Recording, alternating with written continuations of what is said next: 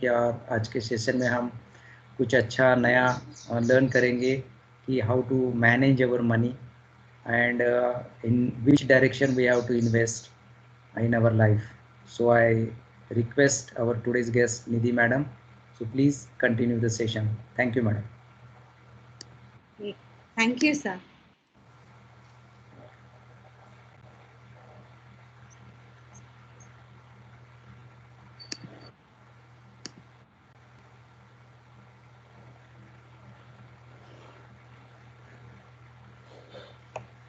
Any problem?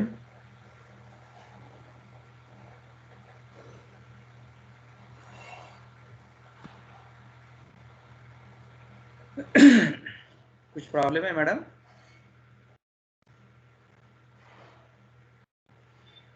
Hello, आवाज येतोय माझा? हो सर. मॅडम येतोय. मॅडमचं काय झालंय कळत नाही.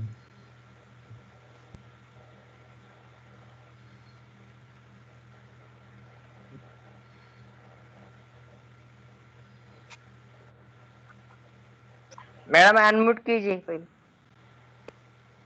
मैडम जी स्क्रीन बंद है. यस, अभी मैं आप लोग को दिख रही हूँ और सुनाई दे रही हूँ. हाँ दिख रहे, लेकिन हाँ मैडम. लाइव नहीं दिख रहे, कैमरा बंद है. यहाँ पे तो मैं दिख रही हूँ. हाँ अभी अभी नहीं, कैमरा ऑन करिए आप. तो मेरा कैमरा ऑन है और मुझे मतलब हो मैडम, कैमरा ऑन है, आपका दिख रहा है. हाँ, तो मुझे नहीं दिख रहा है. ठीक है, चलिए चालू करिए madam. I think presenter. Yes,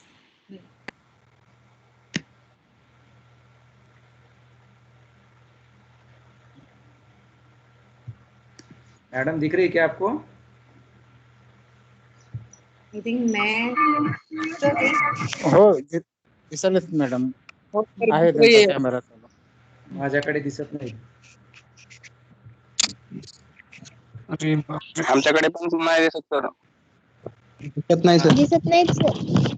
madam दिसत नाहीये. एक मिनिट. दिसत आहेत.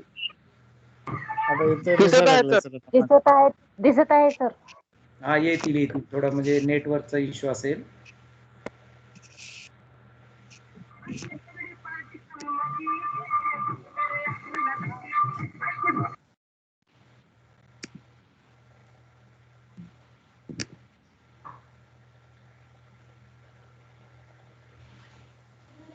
हाँ सुरू झालं. हाँ, एक मिनट, मेरा वो प्रेजेंटेशन ही यहाँ पे नहीं. हाँ ये आरओ है ना मैडम ऊपर. नहीं सर, वो मुझे दिख गया, बट मेरे यहाँ पे ना आज पता नहीं लोड ही नहीं हो रहा है. हाँ नहीं, आपका इंटरनेट का इश्यू है मैडम थोड़ा. मैं फोन से हमारे कनेक्ट पास क्या करके, नहीं. मैं मोबाइल से कनेक्ट करूँ क्या? बिकॉज मुझे शेयरिंग वाले ऑप्शंस ही नहीं दिख रहे आज. हाँ नहीं, आपको क्या चाहिए? नहीं, मुझे मेरा प्रेजेंटेशन के लिए वो ऑप्शन आ ही नहीं रहा है. नीचे वो जो ऊपर का एरो है, एरो नहीं आ रहा है क्या? एरो आ गया, बट उसको क्लिक करके नीचे कुछ आ ही नहीं रहा है आज. पता नहीं क्या हो गया. नहीं आने, कुछ भी नहीं आने को, डायरेक्ट स्क्रीन के ऊपर जा जाओ, कंप्यूटर के डेस्कटॉप पे. आ रहा है. मैं आपको फोटो भेजती हूँ सर. मुझे ना आज वो गोल गोल गोल गोल घूमते हुए ही दिख रहा है.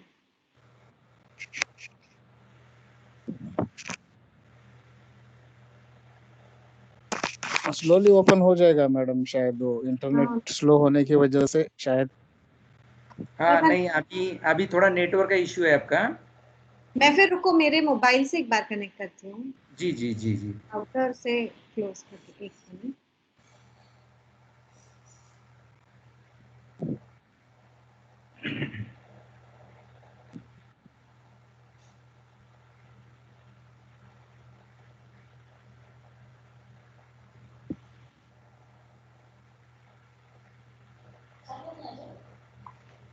उलल है यही तर.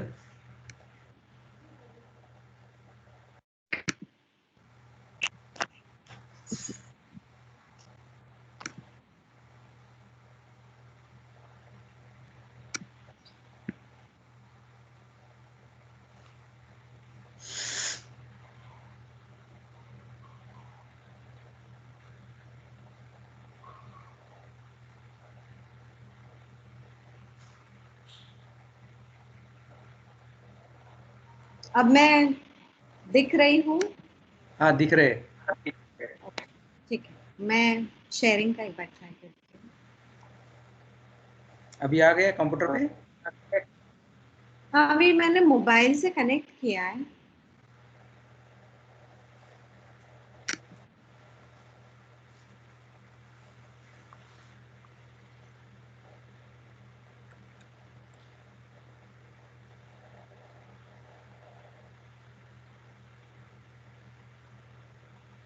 सर अभी भी मुझे एक्चुअली दिख नहीं रहा है वो नीचे वाला पैनल। जो मैंने आपको व्हाट्सएप किया ना, सेम वैसे ही मुझे दिख रहा है। हॉटस्पॉट चालू करिए आप मोबाइल पे। सारा सर इंटरनेट तो शुरू है ना, तभी मैं आपसे बात कर रही हूँ। रिफ्रेश करिए मैडम एक बार। मैं एक बार मीटिंग लीव करके दोबारा ज्वाइन करती हूँ। हाँ करो करो, नो प्रॉब्लम।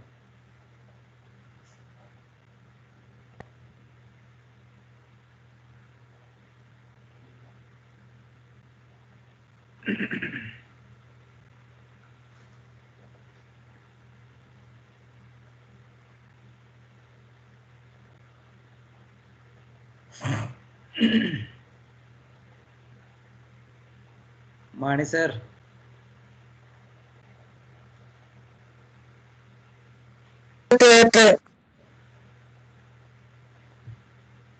आ गया मैडम?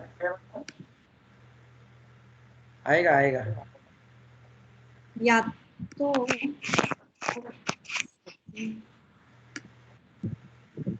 आपके पास टीम डाउनलोड करे सो है क्या? सर टीम डाउनलोड किया है मैंने, लॉगिन किया ना, उसके बाद से नहीं हो रहा। मैं एज ए गेस्ट लॉगिन करूँ क्या? Guess I think guest login करती हूँ, पता नहीं, यहाँ पे मुझे शेयरिंग का ऑप्शन ही नहीं आ रहा, अभी भी नहीं आ रहा। मैंने मेरा सिस्टम रिबूट किया था तो अभी फ्रेश डाउनलोड किया आज। ठीक है, देखिए आप एक बार। यस यस, मैं एक और बार। सर त्यांना प्रेझेंटर केलंय ना आपण त्या ह्याच्यामध्ये? हाँ प्रेजेंटर है इतना। हो मुझे शेयर ऑप्शन दिख रहा है पर उसमें ना जाके करने को कुछ नहीं दिख रहा है। अच्छा हाँ, वो जो मैंने आपको ब्लैक स्क्रीन दिखा है ना, तो अगर कोई मतलब मुझे हेल्प कर सकता है इसमें।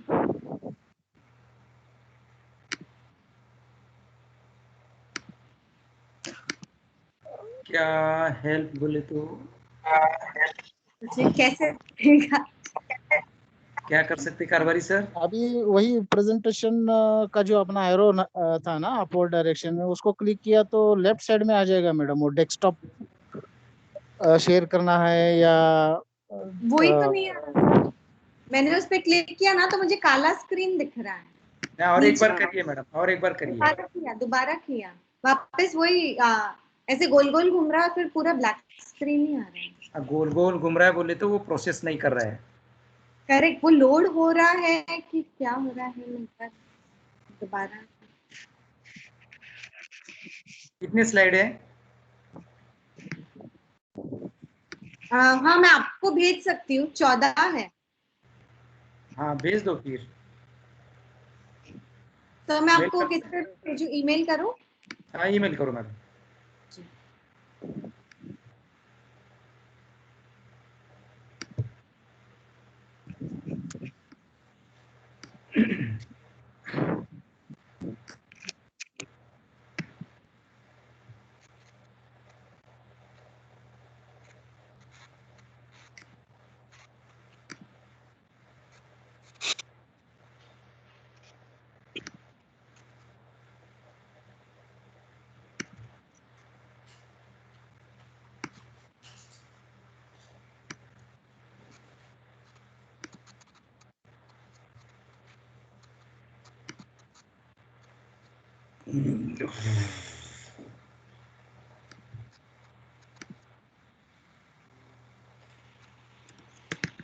सबको भेज दूँ?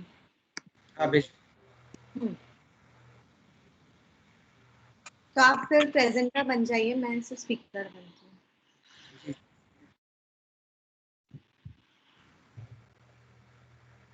बट मैं दिखाई सुनाई सबको दे रही हूँ। हाँ दिखाई yes, सुनाई दे रहे। हाँ भेज। बिल्कुल। हाँ आ गया। ओके, ठीक आ है, गया, जस्ट 1 मिनट, हाँ। आई विल तो ओपन एक इट। काम करती हूँ मैं, मेरा नेटवर्क दोबारा स्विच करती हूँ। जी जी, बहुत अच्छा है प्रेजेंटेशन। अभी वापस सबको दिखाई सुनाई दे रही हूँ? बिल्कुल Yes, बिल्कुल, वापस दिखा रहे, दे रहे, सुनाई दे रहे। ठीक है, चलेगा। तो सर फिर आप प्रेजेंटेशन लोड कर दीजिए। हाँ, शेयर कर रहा हूँ मैडम, 1 सेकंड। हाँ। तो जब तक सर प्रेजेंटेशन शेयर करते हैं, हेलो एवरीवन, एंड यस, थोड़ा सा टेक्निकल डिफिकल्टी हो गया आज, तो कल इसको अपन पहले से ही रिजॉल्व करके रख लेंगे। मैं मेरे एंड पे देखती हूँ क्या हो सकता है, और एक बार एक डेमो ले लूंगी। तो आज की जो हमारी प्रेजेंटेशन है, मनी मैटर्स, आई थिंक ये एक बहुत ही इम्पोर्टेंट टॉपिक है, बिकॉज जैसे सर ने कहा कि हमारी पूरी लाइफ, पूरी आयुष हमारी इसी में चली जाती है कि हम अपने आप को इस काबिल बना सके, हम अपने आप को ऐसा इंसान बना सके जिसके कारण हम हर तरीके में अपने आप को सक्सेसफुल पाए, स्पेशली मनी मैटर्स में। स्पेशली हम सब की ये इच्छा रहती है कि हम खुद के लिए अच्छा पैसा कमाएं, हम हमारे पेरेंट्स के लिए अच्छा करें। हम पिक्चर अभी सब सही चल रहा है? दिसते का ये? हो सर, दिसता है। सर दिख रहा है? हो सर दिसतंय. अभी दिख रहा है मैम। दिख रहा है क्या? Yes sir. Yes sir. अच्छा, चलिए, ओके। हाँ, ओके मैडम। ओके, ठीक है। सो मैं जैसे बोल रही थी कि हम, हमारी पूरी लाइफ इसी इसमें चली जाती है कि हम अपने आप को अच्छा बना सके, ताकि हम हमारे फैमिली के लिए, हमारे फ्रेंड्स के लिए, खुद के लिए अच्छा पैसा कमा सके, एक अच्छी लाइफ बिता सके, और सोसाइटी के लिए एट लार्ज काफी कुछ कर सके। एंड हर चीज के लिए पैसा तो चाहिए ही चाहिए। सो वो एक काफी इंपॉर्टेंट चीज है, एंड इसके लिए आज हमारा ये जो टॉपिक है वो बहुत इंपॉर्टेंट है, स्पेशली आप सारे नए जनरेशन के लिए जो आज कॉलेज में है और कल जाके अपने बिजनेस के थ्रू या अपने जॉब के थ्रू पैसा कमाएंगे। So next slide sir.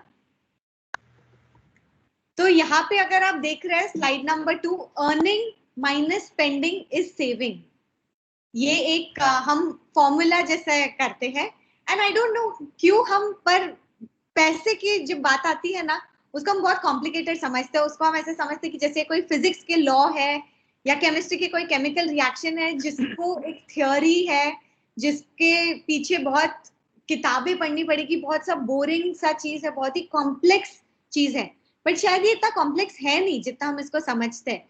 And पैसे को समझना इसलिए इतना जरूरी है क्योंकि हम इसको day in day out use करते हैं। आप सुबह से अगर अभी तक देख रहे हो, आप इंटरनेट यूज कर रहे हो, आप बिजली यूज कर रहे हो, आप पानी यूज कर रहे हो, आप जो भी चीजें यूज कर रहे हो, जो घर में रह रहे हो, कोई ना कोई तरीके से आपका मनी ट्रांजैक्शन हो रहा है। एंड उस रीजन से आज की जो हमारी ट्रेनिंग है, आज और कल की ट्रेनिंग में हम समझेंगे एक सिंपल इक्वेशन के थ्रू अर्निंग, स्पेंडिंग, सेविंग क्या होते हैं, कैसा करना चाहिए। एंड मेरा experience as a Citi bank employ, as a relationship manager, and जो मेरा पिछला काफी सारा तजुर्बा है, उसके थ्रू मैं आप लोग को समझाने की कोशिश करूंगी कि हम ये सारे स्फीयर्स में भी कैसे एक्सेल कर सकते हैं। सो नेक्स्ट स्लाइड में जब हम देखेंगे, पिछले इसमें हमने देखा earning minus spending is saving. तो अगर हम अभी हमारी अर्निंग्स बढ़ाएंगे तो डेफिनेटली हम हमारा पैसा बढ़ा सकते हैं। एंड अर्निंग हम किस तरीके से बढ़ाएंगे? कुछ काम करके, क्योंकि हम हमारा कोई सर्विस किसी को दे रहे हैं, हम हमारा प्रोडक्ट किसी को दे रहे हैं, इन रिटर्न ऑफ दैट हमें पैसा मिलेगा, बराबर। सो जब इस टाइप के हम ट्रांजैक्शंस के बारे में सोच रहे हैं, अर्निंग्स के बारे में सोच रहे हैं, मैं इन 3 चीजों को हाईलाइट करना चाह रही हूँ जिससे आप आपकी अर्निंग्स बढ़ा सकते हो। सो नो मैटर व्हाट, आप चाहे जॉब में है या आपका खुद का बिजनेस है, इन दोनों के अलावा भी आप आपकी अर्निंग्स बढ़ा सकते हो। किस तरीके से? सबसे पहली चीज, इन्वेस्ट इन योरसेल्फ। जो मैं रेज्यूमे के सेशन के वक्त भी मैंने कहा था, जो मैंने एंटरप्रेन्योरशिप के सेशन के वक्त भी कहा था, आप हो आपका प्रोडक्ट, आप हो आपकी सर्विस, एंड आप खुद पे जितना इन्वेस्टमेंट करोगे उसके कारण आप आपका फ्यूचर पोटेंशियल इंप्रूव करते हो, इसके कारण आप अपना फ्यूचर अर्निंग पोटेंशियल एनहांस कर सकते हो.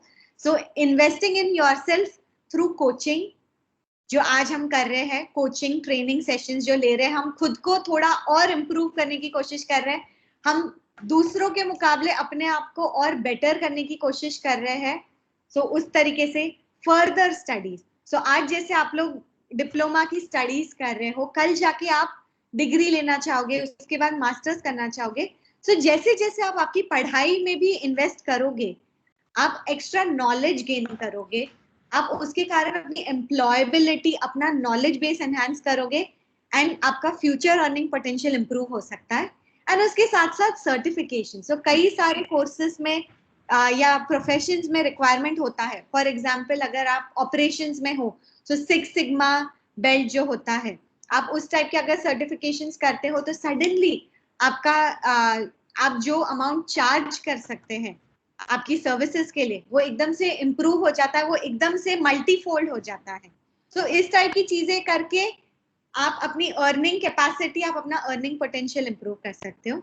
उसके साथ साथ just today as a student या एज अ प्रोफेसर या as a housewife, as whoever you are, आप आपका कैसे अर्निंग बढ़ा सकते हो. हमेशा आपका जो प्राइमरी सोर्स ऑफ इनकम है, उसके साथ साथ आप सोचिए कि मैं पैसिव इनकम किस तरीके से अपने लाइफ में ला सकूं. पैसिव इनकम हम उसको कहते हैं जिसमें हमें ज्यादा मेहनत नहीं करनी पड़ती. एक बार हमने वो सिस्टम सेट कर दिया तो उसके बाद उसमें थोड़ा थोड़ा थोड़ा थोड़ा करके इनकम आते रहेगी. इसमें हम किस तरीके से कर सकते हैं, आपके घर में अगर कोई चीज है जिसको आप रेंट आउट करना चाहें, आजकल रेंटिंग कल्चर बहुत बढ़ गया है. सो खासतौर से बिकॉज बहुत सारे बच्चे बाहर जाके पढ़ाई करने लगे अपने होम टाउन से दूर जाके, जिसके कारण उनको मे बी एक बेड चाहिए, उनको अलमारी चाहिए, उनको टीवी चाहिए. यंग कपल्स जो रह रहे हैं उनको टीवी चाहिए, उनको फर्नीचर चाहिए. तो इस टाइप की बहुत सारी चीजें. एंड आई एम श्योर हम हर कोई सोचता होगा हमारे घर में कुछ चीजें हैं जो हम इतना यूज नहीं करते, बट हम उसको बेचना नहीं चाहते, तो उस केस में हम मे बी उनको रेंट आउट कर सकते हैं. तो ये एक विकल्प हमारे पास अवेलेबल है. ब्लॉगिंग एक बहुत ही अच्छा विकल्प हम सबके पास होता है. ब्लॉगिंग यानी आप आपकी एक वेबसाइट बनाएंगे जिसमें मे बी आपको जो लगता है कि मैं इस चीज में बेटर हूँ या इसके बारे में मैं थोड़ा नॉलेज रखता हूँ या रखती हूँ, एंड मैं अपने दुनिया के साथ वो चीज शेयर करना चाहती हूँ. सो फॉर एग्जाम्पल किसी ने अगर बैंकिंग में बहुत अच्छा है, मनी मैटर्स में बहुत अच्छा है, सो मे बी वो उससे रिलेटेड एज अ स्टूडेंट हम क्या क्या चीजें कर सकते हैं, उस टाइप की ब्लॉगिंग वेबसाइट खोल सकते हैं. कोई अगर फैशन में बहुत अच्छा है, सो वो शुरू कर सकते हैं कि हम किस टाइप से बेसिक वार्डरोब के साथ, सिर्फ उन चुन 10 कपड़ों के साथ हम डेली कुछ अलग अलग चीजें करके कैसे अच्छे अच्छे रूप में अपने आप को वर्ल्ड के सामने प्रेजेंट कर सकते हैं. अगर आपको लगता है कि आप कुकरी बहुत अच्छी करते हैं, सो मे बी आप कुकिंग रिलेटेड कि फॉर स्टूडेंट्स या फॉर यंगस्टर्स जो बहुत मेहनत नहीं करना चाहते, बहुत तामझाम नहीं करना चाहते, तो वो सिंपल रेसिपीज कैसे कर सकते हैं. सो स्काई इज द लिमिट. आप इतने सारे आज हमारे पास ऑप्शन है बिकॉज ओवरऑल दुनिया में सबका दिमाग इतना खुल चुका है कि ब्लॉगिंग एक ऐसा एस्पेक्ट है जिसमें आपको सिर्फ कंसिस्टेंटली अपना टाइम, आपकी एनर्जी उसमें डिवोट करनी है. And I am pretty sure कि आप बहुत सारे लोगों को पाएंगे जो आपके उस टॉपिक में दिलचस्पी या रुचि रखते हैं. तो उसमें आप एड रेवेन्यू के थ्रू आपका ब्लॉगिंग का पैसिव इनकम क्रिएट कर सकते हैं. उसके अलावा as students freelancing through your hobbies, I am sure कि किसी को फोटोग्राफी का बहुत इंटरेस्ट है, एंड स्पेशली टिकटॉक आने के बाद हम सब वीडियोस बनाने में खासतौर से मोबाइल के थ्रू बहुत एक्सपर्ट हो गए हैं. सो आपके ही शहर या गांव में छोटे छोटे ऐसे शॉप्स होंगे या दुकानें होंगी या बिजनेसेस होंगे जो चाहते हैं कि आप उनके लिए एक वीडियो बना के दे. सो इस केस में आपका क्रिएटिविटी उनको मिल जाता है at a lower cost as compare to किसी प्रोफेशनल के पास जाके बनाना. एंड आप अपने लिए एक फ्रीलांसिंग मोड ओपन कर देते हो. सो आपका क्राफ्ट है, कई लोग होते हैं जो बहुत सुंदर पेपर क्राफ्ट बनाते हैं, कुछ लोग क्रॉस स्टिच रिलेटेड सुंदर सुंदर चीजें बनाते हैं. एंड आजकल आप इंस्टाग्राम या फेसबुक पे अपना पेज क्रिएट करके फ्री में अपनी पब्लिसिटी कर सकते हैं, फ्री में अपनी एक शॉप ओपन कर सकते हैं एंड इसके लिए एक मार्केट आपको, जो पूरी दुनिया है आज की तारीख में, वो आपके लिए अवेलेबल हो जाती है. सो ये सिंपल सी 3 चीजें मैंने बताई है जिसके थ्रू आप आपका अर्निंग पोटेंशियल इंप्रूव कर सकते हो in today and in your future. And next slide में हम देखेंगे कि हम हमारी स्पेंडिंग, जो सेकंड पार्ट था इक्वेशन का, अर्निंग माइनस स्पेंडिंग. सो स्पेंडिंग एक ऐसी चीज है जिससे आई थिंक हम सबको हमारे मम्मी पापा याद आते हैं, जो हमेशा बोलते हैं कि यार तुम खर्चा बहुत करते हो, एंड तुम्हारे मुकाबले हम जब छोटे थे तो हम इतना खर्चा नहीं करते थे. तो यस, कई हद तक वो सही भी है. And spending is where your money is going. कई बार हमको अगर पॉकेट मनी मिला है या हमारे रिश्तेदारों ने हमको जो पैसा दिया, हम उसको किस तरीके से स्पेंड करते हैं, हम बहुत थॉटफुल नहीं होते इसके बारे में, हम बहुत विचार नहीं करते और हमें लगता है कि चलो अभी I think it's time for a treat, खुद के लिए या मेरे भाई बहन के लिए या मेरे फ्रेंड्स के लिए. सो एक बहुत सी इम्पोर्टेंट कॉन्सेप्ट जो नई जनरेशन के लिए है वो है नीड वर्सेस वांट्स. सो हमारे मम्मी पापा जो हमें कहते हैं वो इसी रीजन से कहते हैं कि कहीं पे बिकॉज ऑफ सोशल मीडिया का इतना इन्फ्लुएंस जो हमारी लाइफ पे है, हम थोड़ा सा समझने में गड़बड़ कर देते हैं कि हमारी नीड्स क्या है और हमारे वांट्स क्या है. तो क्या हमें बहुत ही चाहिए वो हमारी नीड्स है, जिसके बगैर मे बी हम हमारी लाइफ को फुलेस्ट पोटेंशियल पे नहीं कर सकते. एंड वांट्स वो चीजें हुई जो जिसकी हम इच्छा रखते हैं, जिसके हम चाह रखते हैं, जिसके बगैर हम जी सकते हैं, बट वो अगर होगी तो हमें बहुत ज्यादा खुशी मिलेगी. सो नीड्स वर्सेस वांट्स ही कांस्टेंट कॉन्फ्लिक्ट है, कांस्टेंट दिमाग में जो खींचतान है, जो हमारे और हमारे सीनियर जनरेशन के बीच में होती है कि हम क्यों स्पेंड करना चाहते हैं और वो बोलते हैं कि नहीं ये तो फिजूल खर्ची है, सो इसलिए तुम्हें नहीं स्पेंड करना चाहिए. सो कहीं पे इसमें बहुत इंट्रोस्पेक्शन की जरूरत है. आई थिंक एक बजट खुद के लिए एलोकेट करना, चाहे आपको आपके रिश्तेदारों ने पैसा दिया, चाहे आप आपके फ्रीलांसिंग के थ्रू पैसा कमा रहे हो, बट एक डिसिप्लिन खुद के अंदर लाना बहुत जरूरी है, जिससे आप समझ सके कि ये मेरी जरूरतें हैं और ये मेरी इच्छाएं हैं जिससे मुझे खुशी मिलेगी. सो अगर नए कपड़े खरीदने हैं, लेटेस्ट मोबाइल खरीदना है, न्यूएस्ट मैकबुक खरीदना है या ईयरपॉड्स खरीदने हैं, वो सारी चीजें हैं जो आपकी वांट्स है. कहीं पे हमें उसको एक थोड़ा डिसिप्लिन के साथ, थोड़ा सेंसिबिलिटी के साथ सोचना पड़ेगा कि पैसा जो है सारा आज ही के दिन नहीं उड़ा देना है, हमें हमारे फ्यूचर के लिए भी बचा के रखना है. क्योंकि जैसे जैसे हम आगे देखेंगे कि आज के तारीख में जो हमारी जरूरतें हैं, कल जाके हमारी और बहुत ज्यादा बढ़ने वाली है और उसके लिए हमें काफी सारा पैसा लगेगा. तो नीड्स एंड वांट्स के बीच में हमें जो डिफरेंस समझना है वो बहुत ज्यादा जरूरी है. एंड कई बार हम सोचते हैं कि ठीक है यार, मैंने आज सीसीडी में कॉफी पी, कौन सी बड़ी बात है, मैंने आज बाहर का खाना खा लिया, कौन सी बड़ी बात है, 100 रुपए ही तो गए या 50 रुपए ही तो गए. बट आप ये समझो कि वो 100 और 50 रुपए जो छोटा अमाउंट जोड़ के इतनी बड़ी वैल्यू हो जाती है मंथ के एंड में, तो साल के एंड में वो कितनी बड़ी वैल्यू हो जाती है. एंड यही चीज है जो हमें थोड़ा अगर हम लिख के रखेंगे तो इससे हमें एक सीरियसनेस आएगी, इससे हमें इस चीज का इम्पोर्टेंस समझेगा कि हम एक्चुअली स्पेंड कितना कर रहे हैं. सो जैसे पुराने लोग करते थे कि एक यादी रखते थे एंड उसमें कि मम्मी खासतौर से जैसे करती है कि मैंने भाजी इतने रुपए की खरीदी एंड घर का किराना इतने रुपए का आया.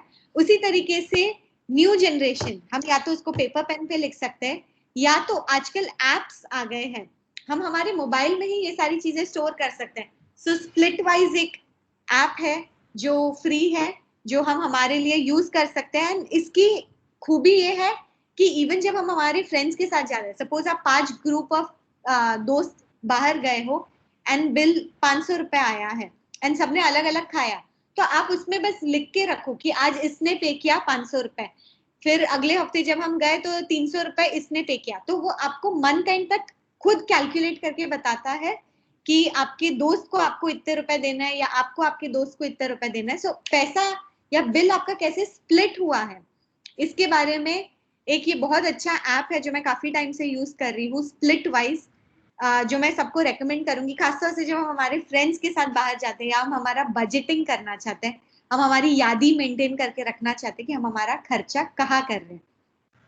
एंड स्पेंडिंग से रिलेटेड नेक्स्ट स्लाइड जो हम देखेंगे, आई थिंक हम सब इस चीज के गिल्टी है कि जो एड्स हमको दिखाई जाती है इंटरनेट पे कि वही प्रोडक्ट जब 100 रुपए का है तो मे भी हम सोचते हैं कि नहीं, पता नहीं, शायद हमें नहीं खरीदना चाहिए, बट सेल आता है और उसी का प्राइस टैग 200 रुपए करके जब 50% ऑफ करके आपको एड दिखाई जाती है तो सडनली आपको लगता है ओ माय गॉड 50% ऑफ है इस चीज पे, ये तो बहुत ही बढ़िया डील है एंड मुझे चाहिए, इतनी अच्छी डील मेरे हाथ से जानी नहीं चाहिए, एंड जिसके कारण हम कई बार अननेसेसरी स्पेंडिंग कर देते हैं।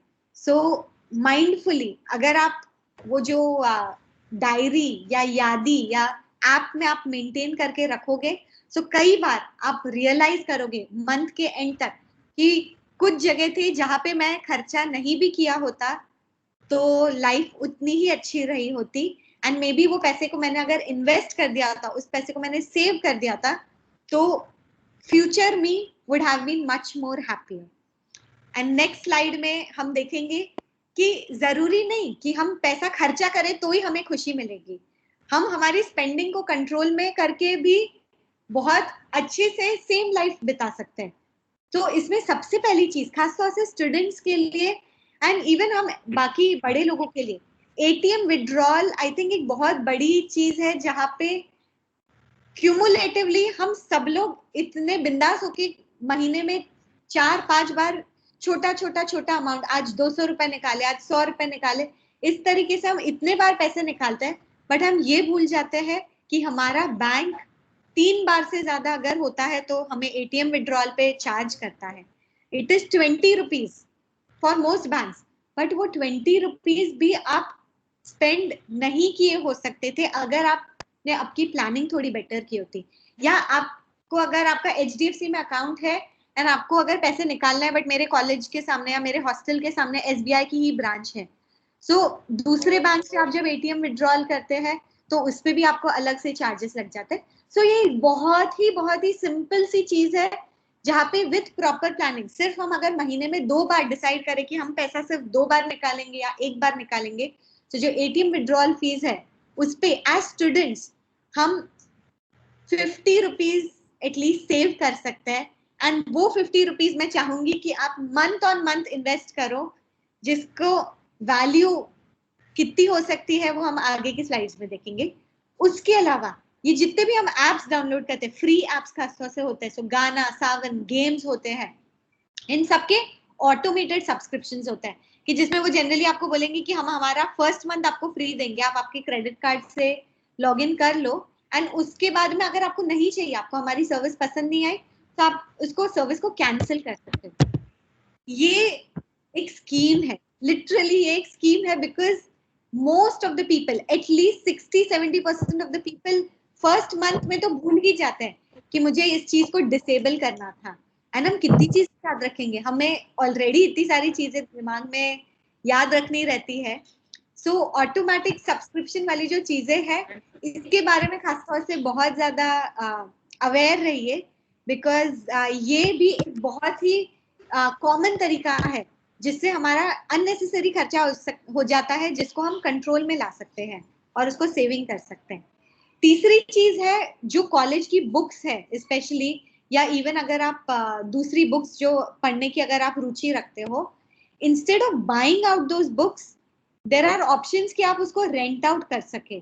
सो मुझे जैसे याद है कि मैंने मेरी पूरी इंजीनियरिंग में बुक्स सिर्फ रेंट आउट की, बिकॉज पहले फर्स्ट ईयर में जो बुक्स मैं पढ़ रही हूँ वो सेकेंड ईयर में तो मेरे काम नहीं आने वाली, एंड इवन अगर ऐसा सिस्टम आपके इसमें एग्जिस्ट नहीं करता, सो मे बी आप ऐसा एक सिस्टम क्रिएट कर सकते हो जिसमें एक पूल बना दिया, तो इससे आप रिसोर्सेस तो बचाते ही हो, साथ साथ पैसे की बचत है, not just for you but सभी के लिए, क्योंकि वो जो 200 रुपए की बुक है मे बी आपको रेंट आउट आप करोगे तो आपको 40 रुपए में ही पड़ेगी साल के लिए, एंड उससे ज्यादा आपको उसकी रिक्वायरमेंट ही नहीं है। So rent out books instead of buying. Fourth चीज जो मैंने एंटरप्रेन्योरशिप वाले सेशन में भी बोला था कि instead of buying first hand low end mobile, buy a second hand high end mobile, क्योंकि क्वालिटी मैटर करती है। एंड आप second hand high end mobile लोगे, मे बी 40,000 का मोबाइल आप सेकेंड हैंड लोगे तो वो आपको 10-15 हजार में ही पड़ेगा, जो आपका वैसे भी शायद बजट था, बट उसके साथ आपको एक अच्छी लाइफ मिलती है मोबाइल की। एंड वो जो लाइफ मिलती है उसके साथ आपको रिलायबिलिटी मिलती है, आपके एप्स बहुत फ्रीक्वेंटली क्रैश नहीं होंगे, मेमोरी से आप रन आउट नहीं करोगे। तो बहुत सारे एडवांटेजेस है एक हाई क्वालिटी प्रोडक्ट में, एंड ये चीज इसलिए मैं बोलना चाहती हूँ। फिफ्थ चीज, यूज योर स्टूडेंट डिस्काउंट। सो कई बार आप शायद इवन अगर आपको पता नहीं है, बट लैपटॉप्स पे खासतौर से आपको स्टूडेंट डिस्काउंट अवेलेबल होता है, 20% ऑफ, 30% ऑफ। आपको सिर्फ आपका स्टूडेंट आईडी दिखाना होता है, एंड जितनी भी पॉपुलर ब्रांड्स है सबके पास स्टूडेंट डिस्काउंट अवेलेबल होता है। सो स्टूडेंट डिस्काउंट से अगर आपके जो बजट था, आपको थोड़ा बेटर लैपटॉप, बेटर कॉन्फ़िगरेशन वाला लैपटॉप मिल सकता है आपके सेम बजट में, अगर आप आपका स्टूडेंट डिस्काउंट यूज करते हो। सो ये भी एक बहुत इंपॉर्टेंट चीज है जिससे आप आपका स्पेंडिंग को कंट्रोल में ला सकते हो। एंड लास्टली, हर चीज में मजे के लिए या पार्टी करने के लिए या फ्रेंड्स के साथ हैंग आउट करने के लिए हमें स्पेंड करने की जरूरत नहीं है। आई नो आजकल कैफे और मॉल कल्चर बहुत ही ज्यादा प्रोमिनेंट हो गया है, बट हम कैफे और मॉल में जाते हैं तो अननेसेसरी हो ही जाता है खर्चा। एंड आई नो ये आजकल की एक लाइफस्टाइल हो गई है, बट कोशिश करिए कि जहां तक पॉसिबल हो, मे बी आपके कॉलेज के कैंपस में हैंग आउट करो, कोई पार्क में हैंग आउट करो, कोई वॉकिंग स्ट्रीट पे हैंग आउट करो। आजकल बहुत सारे आपके पास विकल्प भी अवेलेबल है। So make the meeting about spending time with each other and not just about spending money on each other. So उस तरीके से हम spending less and enjoying more को कवर करते हैं। अभी हम अगर नेक्स्ट स्लाइड में जाएंगे, सो जो हमने पहले इसमें इक्वेशन देखा, earning minus spending is saving, मैं उसी इक्वेशन को अलग तरीके से लिखती हूँ, earning minus saving is spending. इसमें डिफरेंस क्या आया, आपकी जो भी अर्निंग है, सपोज मेरी अर्निंग 100 रुपए है, मुझे डिसाइड करना है मुझे उसमें से क्या सेव करना है। सो मैंने डिसाइड किया मुझे उसमें से 50 रुपए सेव करना है, एंड जो बचे 50 रुपए है, मैं सिर्फ और सिर्फ वो ही अमाउंट हर महीने स्पेंड करूंगी। इंस्टेड ऑफ ये सोचूं कि मेरी अर्निंग 100 रुपए है और मेरा खर्चा 80 रुपए हो गया, तो अब मेरे पास सिर्फ 20 रुपए बचे सेव करने के लिए। आपका थिंकिंग चेंज करो, आपका लाइफ का इक्वेशन चेंज करो, एंड ये सोचो कि पहले मुझे मेरी सेविंग निकालनी है, कि मुझे हर महीने इतना पैसा तो सेव करना ही है, एंड उसके बाद जो आपके पास बच जाता है उसमें से आप स्पेंड करो। सो जो आपका नीड्स वर्सेस वांट था वो अपने आप कवर हो जाता है, एंड आपका बजट, जब आपके पास इतना ही पैसा अवेलेबल है, आप अपने आप क्रिएटिवली सोच लोगे, समझ लोगे कि मैं इसको किस तरीके से स्पेंड करूं। सो नेक्स्ट स्लाइड पे जब हम जाते हैं, सबसे बेसिक चीज जो मैं सारे यंगस्टर्स को बोलना चाहूंगी कि आज अगर आपका कोई बचत खाता नहीं है, अपने नाम का एक बचत खाता खोलिए। आप अपने फिनेंशियल मैटर्स की, अपने पैसों की खुद रिस्पॉन्सिबिलिटी लीजिए। बचत खाता खोलने का कोई पैसा नहीं लगता, एंड इससे एक डिसिप्लिन जो आएगा, इससे एक ओनरशिप जो आएगी वो आप में आएगी। So open a savings account if you don't have already.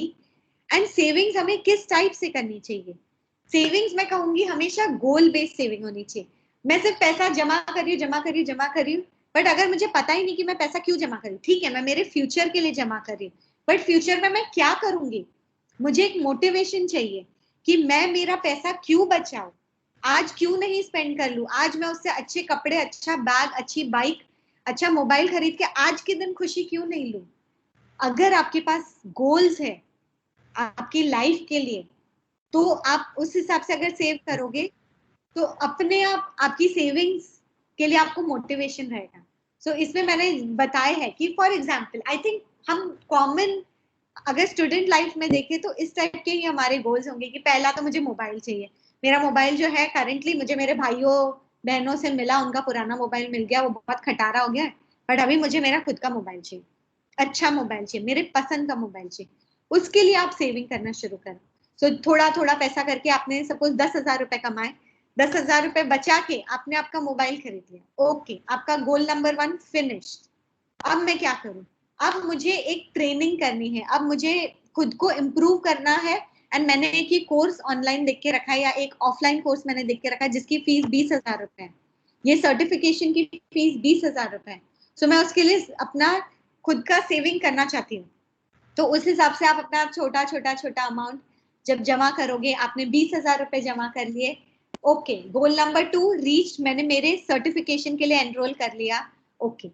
ये जो आप गोल के हिसाब से आपकी सेविंग कर रहे हो, इसको अचीव करने के बाद आपको जो अकम्प्लिश्ड फील होगा, आपको जो खुद पे एक नाज फील होगा कि वाह, मैंने मेरे फ्रेंड्स के मुकाबले, बिकॉज डिसिप्लिन एक ऐसी चीज है जो यंगस्टर्स में उतना कॉमनली अवेलेबल नहीं है। एंड अगर आपने इस यंग एज में ही इस चीज को समझ लिया, इसको अपनी हैबिट बना लिया, एंड डिसिप्लिन, इसके ऊपर सीरियसनेस आपने अपने लाइफ में अगर ला दी, तो आई एम टेलिंग यू, जब एक एक गोल आप अचीव करोगे, एंड एज यू सी कि आज मेरे पास जो मैं चाहती थी कि मेरे पास एक बाइक हो, मेरे पास एक अच्छा मोबाइल हो, मैं ये सर्टिफिकेशन कर सकूं, मैं इस बेकिंग के कोर्स को एनरोल करना चाहती थी और मेरा हो गया, एंड आपके फ्रेंड्स वो सारी कुछ चीजें नहीं कर पाए हैं उसी 20 साल की उम्र में, तब जो आपको खुद पे एक प्राउड फीलिंग आएगा, जब आपके पेरेंट्स को आपके ऊपर इतना एक प्राउड फीलिंग आएगा, nothing beats it. So goal based savings is the first and foremost things saving से रिलेटेड जो मैं आपको बताना चाहती हूँ।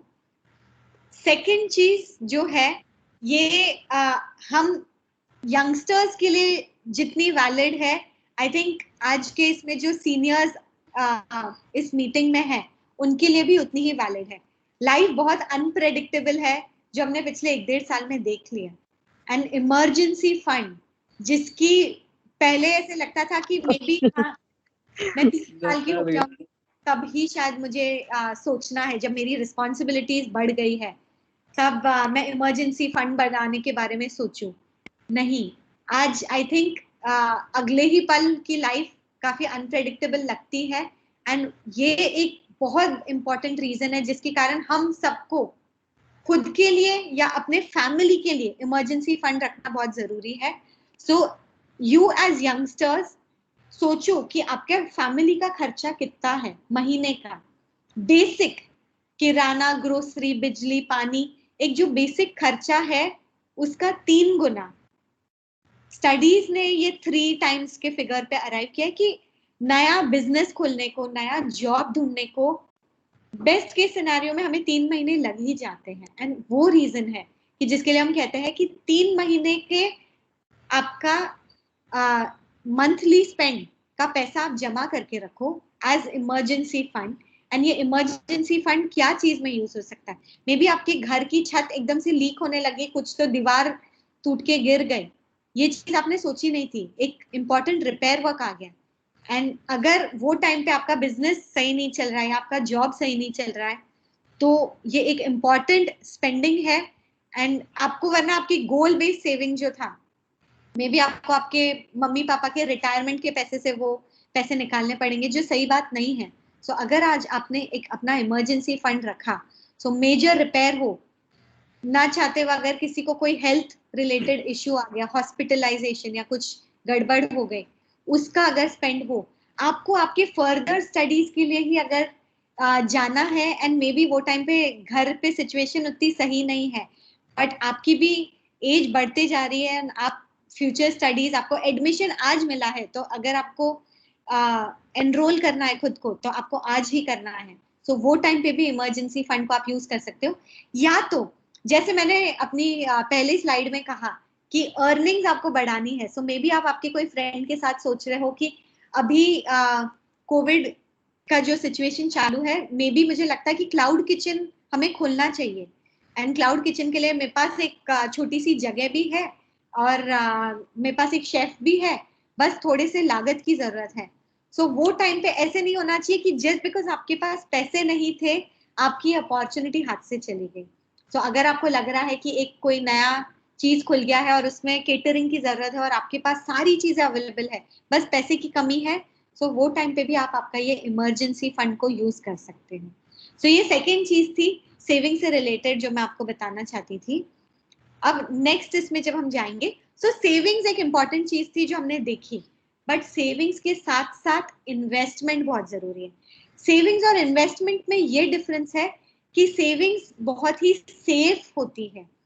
सेविंग्स आप करोगे आपके सेविंग्स अकाउंट में, आपके रिकरिंग डिपॉजिट में, आपके एफडी में, आपके गोल्ड में, जो आपको पता है कि कल जाके इसकी वैल्यू अगर दुगनी नहीं हो गई बट एटलीस्ट इसकी वैल्यू आधी नहीं हो जाएगी, उसको हम सेविंग्स कहते हैं। बट जैसे कि आई थिंक थोड़ा कॉम्प्लिकेटेड कॉन्सेप्ट है इन्फ्लेशन, अगर आप आज समझते नहीं है, बट इन्फ्लेशन अगर बहुत सिंपल भाषा में मैं कहूँ तो इट इज लाइक कि आप जो पेन यूज करते हैं, अगर आप एड जेल यूज करते हो फॉर एग्जाम्पल, या अगर आप चलो वड़ा पाव, अगर एकदम सिंपल सी चीज मैंने ली, वड़ा पाव मे बी 4 साल पहले 7 रुपए का आता था और आज वो 10 रुपए का आता है। तो इन्फ्लेशन वो है कि 7 रुपए की वही चीज, लागत वही है, पैसा सब कुछ वही है, but because raw material cost बढ़ गई या पेट्रोल डीजल के दाम बढ़ गए, सो बहुत सारे एक्सटर्नल फैक्टर्स है जिसके कारण एक वड़ा पाव बनाने को आज मैं 7 रुपए में बेचना मुझे पुराता नहीं है और मुझे 10 रुपए में ही बेचना पड़ेगा। तो ये जो 3 रुपीज का इंक्रीज हुआ है एक साल में, इसको हम इन्फ्लेशन कहते हैं। सो इन्फ्लेशन को अगर आपको बीट करना है तो सेविंग्स इज नॉट इनफ, उस केस में हमें हमारा पैसा इन्वेस्ट भी करना पड़ेगा। एंड इन्वेस्टमेंट के भी जो अलग अलग तरीके हैं वो हम देखेंगे। सो इन्वेस्टमेंट का सबसे पहले आपको होराइजन समझना जरूरी है। सो आज अगर आप इन्वेस्टमेंट नहीं भी कर रहे हो, मे बी आप 2 साल बाद जाके कर रहे हो, बट ये चीज आपको समझना बहुत जरूरी है कि क्या वो पैसा मुझे अगले 3-4 साल में लगने वाला है या वो थोड़ा आगे के लिए है।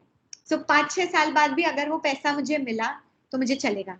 सो शॉर्ट टर्म नीड्स वो है जो 0 to 4 years है, एंड उसमें आप एकदम सेफ तरीके से आपका पैसा इन्वेस्ट करना चाहिए या आपको सेव करना चाहिए। जो एफडी बोलिए, आरडी बोलिए, ये आपके इन्वेस्टमेंट के विकल्प है। बट अगर आपके लॉन्ग टर्म नीड्स है, सो जहाँ पे आप बोल रहे हो कि 10 साल बाद मुझे मेरा पैसा चाहिए, सो सपोज मैं 18 साल की हूँ और मुझे 28 साल में एक मे बी एक बाइक खरीदनी है, एक खुद की कार खरीदनी है 28 साल में, और मैं उसके लिए सेविंग्स करना चाहती हूँ, तो सिर्फ एफडी और आरडी और सेविंग्स अकाउंट में पैसा रखने से आपका पैसा उतना तेजी से नहीं बढ़ेगा। तो अगर आपका इन्वेस्टमेंट होराइजन थोड़ा बेटर है तो आप उस केस में स्टॉक मार्केट में भी इन्वेस्ट कर सकते हैं। आप आपका एक portion of money stock market में इन्वेस्ट करके थोड़े बेटर रिटर्न्स को अवेल कर सकते हैं। एंड आई नो कि कई सारी फैमिलीज होगी जो इस चीज में बिलीव करती होगी कि स्टॉक मार्केट एक बहुत ही बुरी सी चीज है एंड स्टॉक मार्केट में सिर्फ हाथ जल जाते हैं, पैसा डूब जाता है। तो ऐसा बिल्कुल भी नहीं है, बिकॉज जैसे हम देखेंगे, आप अगर इंटरनेट पे भी आज जाके देखोगे, सेंसेक्स पिछले 20 साल 30 साल अप्स एंड डाउन डेफिनेटली है, बट आप पिछले 5 साल देखोगे, 10 साल देखोगे, 20 साल देखोगे, स्टॉक मार्केट सिर्फ नीचे से ऊपर ही गया है। एंड वो ही रीजन है कि ये एक इन्वेस्टमेंट का बहुत ही अच्छा अपॉर्चुनिटी है।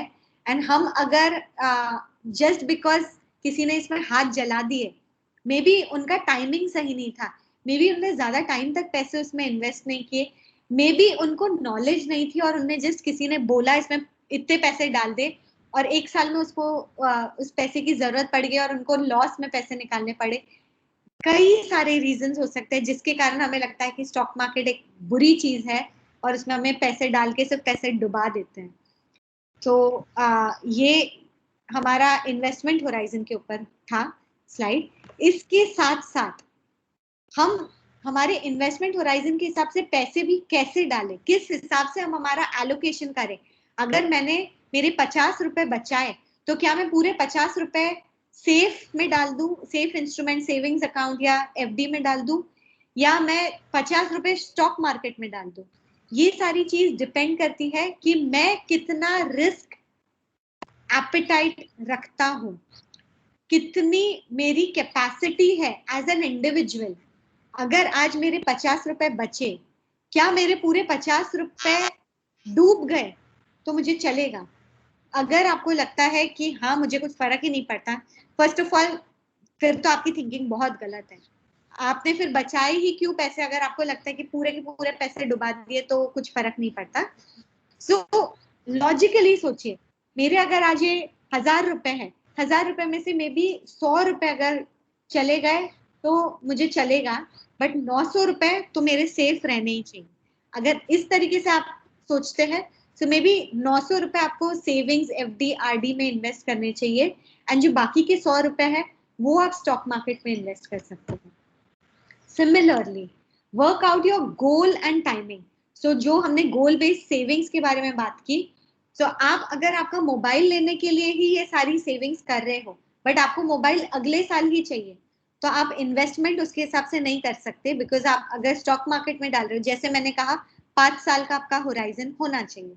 बट अगर आप सोच रहे हो कि मुझे कार लेनी है 10 साल बाद या 8 साल बाद, एंड मिनिमम 5 साल अगर मुझे स्टॉक मार्केट में इन्वेस्टेड रहना है, तो मे बी यस, वो जो 100 रुपए मैंने सोचे, वो 100 रुपए को मैं आज स्टॉक मार्केट में इन्वेस्ट करूं और उसको थोड़ा थोड़ा थोड़ा थोड़ा बढ़ते हुए देखूं, और 8 साल में वो 100 रुपए मे बी मेरे 3 गुना हो जाएगा, 4 गुना हो जाएगा, जो सेविंग से डेफिनेटली बेटर रिटर्न्स आपको मिलेंगे। एंड थर्ड चीज, what is your personal attitude towards risk? So इस केस में हम सब बहुत अलग है।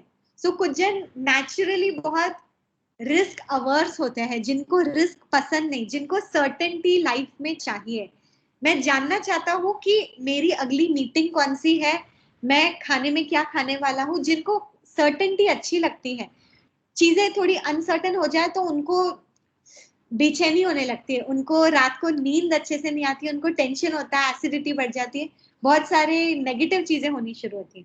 अगर आप इस टाइप के व्यक्ति हैं, सो मे बी रिस्क आपको उतना पसंद नहीं है, एंड 100 रुपए में से शायद आप 1000 रुपए की जो सेविंग्स थी उसमें से आप 100 रुपए या 50 रुपए ही रिस्की इंस्ट्रूमेंट्स में डालिए। बट अगर आपको लगता है कि नहीं ठीक है, मुझे पता है कि आज 1000 रुपए है, बट अगर इसका एडवांटेज मुझे अच्छा मिल गया तो मे बी मुझे चलेगा, मैंने 200 रुपए भी डाले, या धीरे आपने 100 रुपए पहले इन्वेस्ट किए, आपने देखा कि हाँ अब मुझे कॉन्फिडेंस आ रहा है कि मुझे म्यूचुअल फंड समझ में आ रहे हैं और मैं थोड़ा थोड़ा और बेटर इसमें नॉलेज इंप्रूव करके इन्वेस्टमेंट कर सकती हूँ, तो धीरे धीरे धीरे आपका रिस्क एपेटाइट बढ़ेगा, आपका एटीट्यूड टुवर्ड्स रिस्क जो है थोड़ा और बोल्ड हो जाएगा। सो इसके लिए ये जानना बहुत जरूरी है कि मेरे सेविंग्स जो 1000 रुपए थे उसमें से कितना पैसा है जो अगर कल जाके पूरा का पूरा डूब गया तो मुझे चलेगा और मैं फिर भी चैन की नींद सो सकती हूँ।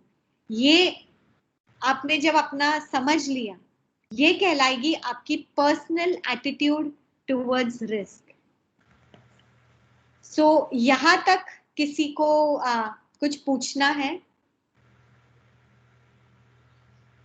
या फर्स्ट ऑफ ऑल खासतौर से स्टूडेंट्स को मैं पूछना चाहती हूँ, आई होप मेरे एग्जाम्पल्स और जो लैंग्वेज है वो सिंपल ही रही है एंड आप कॉन्सेप्ट जो है इजीली समझ पा रहे हो। सो अगर कोई स्टूडेंट वॉलंटियर करके बताएगा कि अभी तक हमको चीजें समझ आ रही है।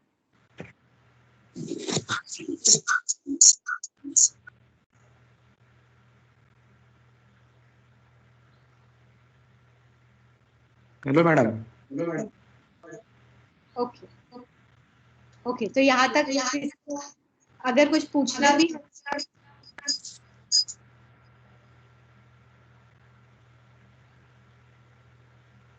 Okay madam. ओके ग्रेट, ठीक है। सो हमने अभी सेविंग्स के बारे में भी देखा, एंड जो नेक्स्ट स्लाइड है उसमें मैं आपको वही बताना चाहती हूँ कि सेविंग्स के बाद जो इन्वेस्टमेंट है जिससे हम हमारे मे बी रिटर्न थोड़े एनहांस करना चाहते हैं, एक 4% सेविंग्स अकाउंट में नहीं रख के थोड़ा बेटर रिटर्न्स अगर अर्न करना चाहते हैं, तो उसके लिए ये पाई चार्ट के थ्रू 3 चीजें मैं बताना चाहती हूँ। पहली चीज, आपका सेफ इंस्ट्रूमेंट्स जो है वो है एफडी, फिक्स डिपॉजिट्स, जो आई थिंक हमारे मम्मी पापा, दादा दादी, नाना नानी कई सालों से इन्वेस्ट कर रहे हैं। इन्फ्लेशन के हिसाब से हमारे फिक्स डिपॉजिट के रिटर्न्स होते हैं। तो currently I think savings account में आपको जो 4% मिलता है, एफडी में वही रिटर्न्स आपको 6.5 से 7 के बीच में मिलता है। सो डेफिनेटली सेविंग से बेटर आपको इसके रिटर्न्स मिल रहे हैं। बट फिक्स डिपॉजिट का डिफरेंस ये है कि फिक्स डिपॉजिट में आपका पैसा ब्लॉक हो जाता है, अटक के रह जाता है। आपने अगर 1 साल की एफडी की, आपने अगर 3 साल की एफडी की, आप 1 साल या 3 साल तक आपके पैसे नहीं निकाल सकते। एंड वही रीजन है जिसके कारण बैंक आपको 4% से ज्यादा इंटरेस्ट दे रही है, क्योंकि बैंक यही पैसे को कल जाके बिजनेसमैन को एज लोन देगी, कार जिनको खरीदनी है उनको लोन देगी। सो वो लोन देके आपके पैसे को यूटिलाइज करके अपना खुद का पैसा कमाएगी। And that is why fix deposit में आपको एक फिक्स्ड अमाउंट ऑफ टाइम के लिए पैसा ब्लॉक करके रखना पड़ता है।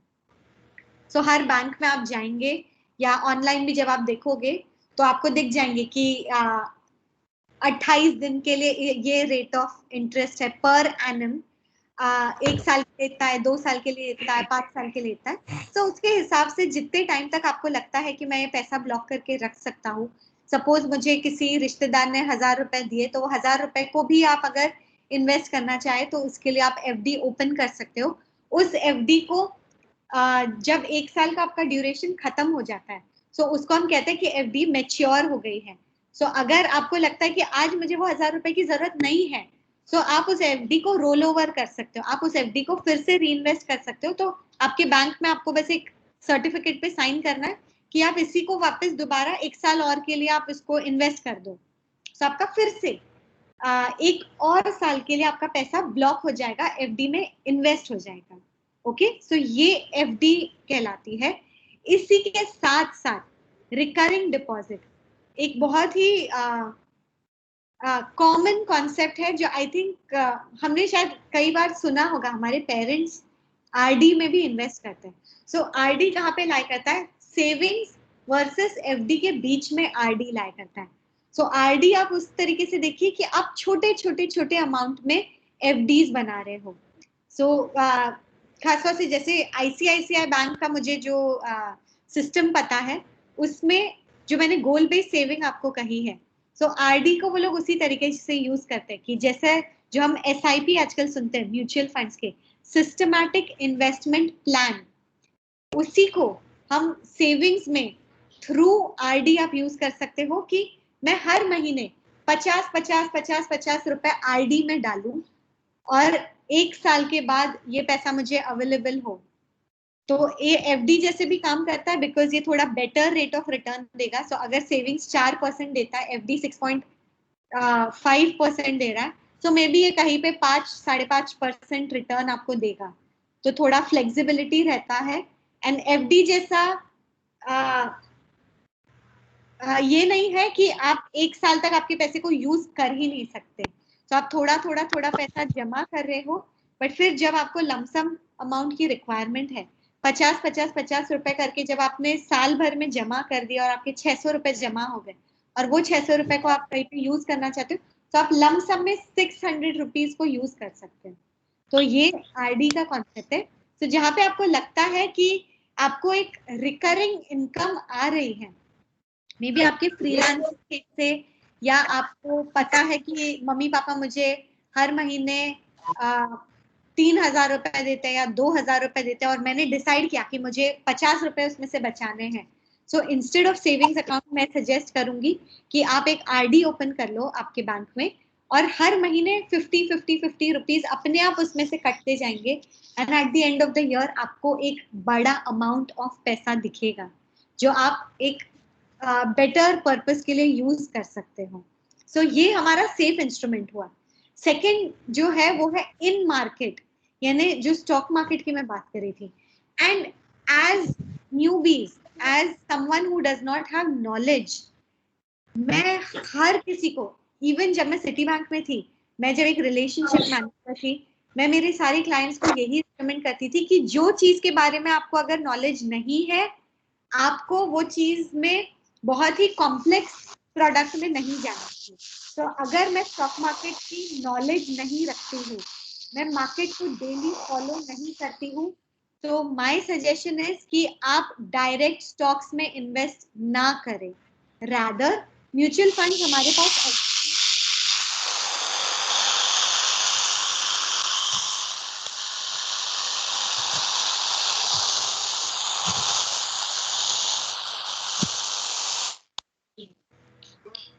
ओके ठीक है. सो म्यूचुअल फंड्स के बारे में जो मैं बोल रही थी कि स्टॉक मार्केट के बारे में हम अगर ज्यादा इंफॉर्मेशन नहीं रखते, उसके हम एक्सपर्ट नहीं है, उसमें हम हमारा हर दिन इन्वेस्ट नहीं कर रहे, एक्टिवली आप उसमें पार्टिसिपेट मत करो. उस केस में कोई भी आपका फ्रेंड हो, आपके फैमिली में किसी ने अगर बोला कि मैं तो कह रहा हूँ कि ये कंपनी के स्टॉक्स ले लो, तो भी I think it is always better कि आप म्यूचुअल फंड के रूप में जाइए, स्पेशली जब एज यंगस्टर्स आप स्टार्ट कर रहे हो, क्योंकि अभी आपके सेविंग्स जो है वो वैल्यू छोटी होगी. एंड शायद आप अगर महीने का 500 रुपए, 100 रुपए या 50 रुपए से 50 रुपए में तो म्यूचुअल फंड नहीं आप इन्वेस्ट कर सकते. मिनिमम आपको 500 से स्टार्ट करना रहता है और फिर 100 रुपीज ईच पे आप कर सकते हैं. बट अगर आप 100 रुपए हर महीने इन्वेस्ट करना चाहते हो, तो आप हर महीने 100 रुपए के स्टॉक्स तो नहीं खरीद सकते, वो पॉसिबल ही नहीं है. क्योंकि आप अगर अच्छी कंपनीज के लेना चाहते हो तो मे बी वो 500 रुपए का, 1000 रुपए का है, तो 100 रुपए में तो आपको आधा स्टॉक तो कोई देगा नहीं, या पौना स्टॉक आपको मिलेगा नहीं. सो म्यूचुअल फंड एक बहुत ही अच्छा ऑप्शन हम सभी के लिए है, जिसमें हम इन्वेस्ट करें on a regular basis, small amount on a regular basis, and हम चैन की नींद सो सकते हैं. वी नो इसमें हमने अगर 5 साल के लिए इन्वेस्ट किया, in most probability 99% of the chance मेरा पैसा बढ़ेगा ही. आई थिंक अगर आज की तारीख में हम देखेंगे, आप कोई भी 5 साल का देखोगे तो आपका पैसा बढ़ेगा ही. एंड म्यूचुअल फंड्स में भी मैं हमेशा रेकमेंड करती हूँ, आप बेसिक सिंपल इंडेक्स फंड के लिए जाइए. इंडेक्स फंड मतलब सेंसेक्स अगर पिछले साल 27,000 पे था और आज की तारीख पे 49,000 पे है, सो 27,000 से 49,000 पे जो थोड़ा करके बढ़ा, सो ऑलमोस्ट अगर डबल हुआ.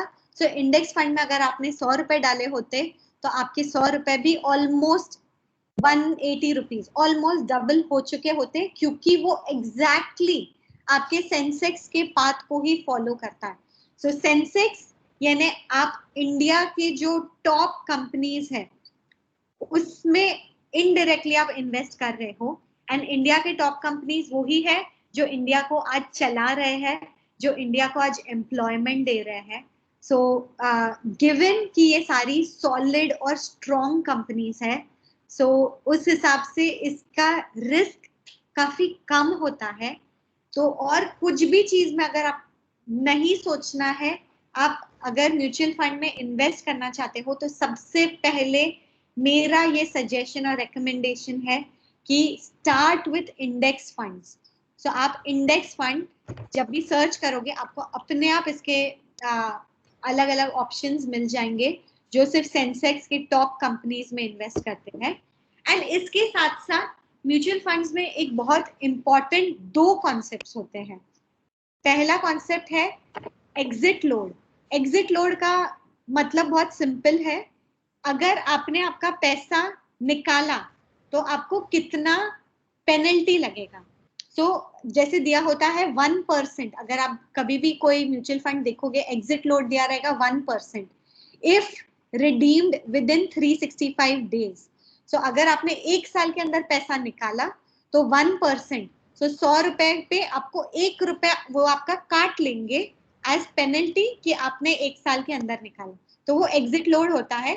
इसलिए म्यूचुअल फंड में हमेशा लॉन्गर होराइजन जो मैंने कहा 5 साल या उससे ज्यादा के हिसाब से जब आप डाल रहे हो तो एग्जिट लोड के बारे में आपको सोचना ही नहीं, क्योंकि वो जनरली 1 ईयर या लेस के लिए ही होता है। और दूसरी चीज जो है वो होता है कि आपका चार्जेस क्या लग रहे हैं। सो जो हम आपका फंड कोई तो मैनेज कर रहा है, फंड मैनेजर है, फॉर एग्जांपल एक्सिस का आपने इंडेक्स फंड लिया, सो एक्सिस बैंक में एम्प्लॉइज है, एक फंड मैनेजर है, सो उन सब की सैलरीज है, उनका ऑफिस स्पेस है, उनका बिजली का खर्चा है, उनके बहुत सारे अलग अलग खर्चे, तो वो सारे खर्चे तो निकालेंगे। So this is nothing but a commission. जैसे हर बिजनेस में हम देखते हैं कि आप आपका एक प्रॉफिट के हिसाब से या आप आपके मेहनत के लिए जो पैसे अलग से निकालोगे वो ही ये म्यूचुअल फंड के चार्जेस कहलाते हैं। सो इसमें जनरली 1% से 2% के बीच में होते हैं। बट अगर आप इंडेक्स फंड के लिए जाए जो एकदम उसमें आप क्या फंड मैनेजर कोई स्टॉक सिलेक्शन नहीं करता है, जो सेंसेक्स की टॉप है वो सिर्फ उसी में पैसे डाल रहा है, तो उस केस में आपका जो चार्जेस है वो बहुत ही कम, हार्डली 0.5% होगा। सो यानी आपने अगर 100 रुपए इन्वेस्ट किए तो सिर्फ 50 पैसे वो आपसे चार्ज करेंगे as a one time fee. तो दो ही चीजें आपको याद रखनी है, एग्जिट लोड और म्यूचुअल फंड के जो चार्जेस आपको पे करने हैं। इन दोनों के अलावा और कुछ भी चीज म्यूचुअल फंड में इन्वेस्ट स्टार्ट करने के लिए जरूरी नहीं होती। 500 रुपीज से हम स्टार्ट कर सकते हैं। आप एज यंगस्टर्स इसको स्टार्ट कर सकते हैं। इसके लिए आपको सिर्फ आपके एक पैन कार्ड की जरूरत है। सो मे बी आपको अगर जो आपके पैसे रिश्तेदार कभी देते हैं, शादी में गए, बर्थडे पे जो पैसे मिले, अब वो सारे पैसे को ईयर मार्क करना शुरू करिए, उसको अलग अलग रखना शुरू करिए, उसको सोचिए कि ये पैसे मुझे कभी मिले ही नहीं और उसको आप इन्वेस्ट करना शुरू करिए। एंड ट्रस्ट मी, आज आप अगर 18 साल के हो और आपने इसको इन्वेस्ट किया, सो जो लास्ट लाइन इस स्लाइड पे आप देखोगे कि अगर आपने महीने के दिन के सिर्फ 40 रुपए इन्वेस्ट करना शुरू किया तो 25-30 साल में आपको 2 करोड़ से भी ज्यादा का आपका सरप्लस जमा हो जाएगा म्यूचुअल फंड्स के थ्रू, इन्वेस्टमेंट के थ्रू। ऑन एन एवरेज अगर आप देख रहे हो कि 15% रिटर्न के हिसाब से। So this is the power of compounding. Because compounding हम किसको कहते हैं कि आज मेरे 100 रुपए है, 100 रुपए पे 10% मेरा पैसा बढ़ा तो वो 110 रुपए हुआ। 110 पे जब 10% बढ़ेगा तो वो 10 रुपए से नहीं 11 रुपए से बढ़ेगा।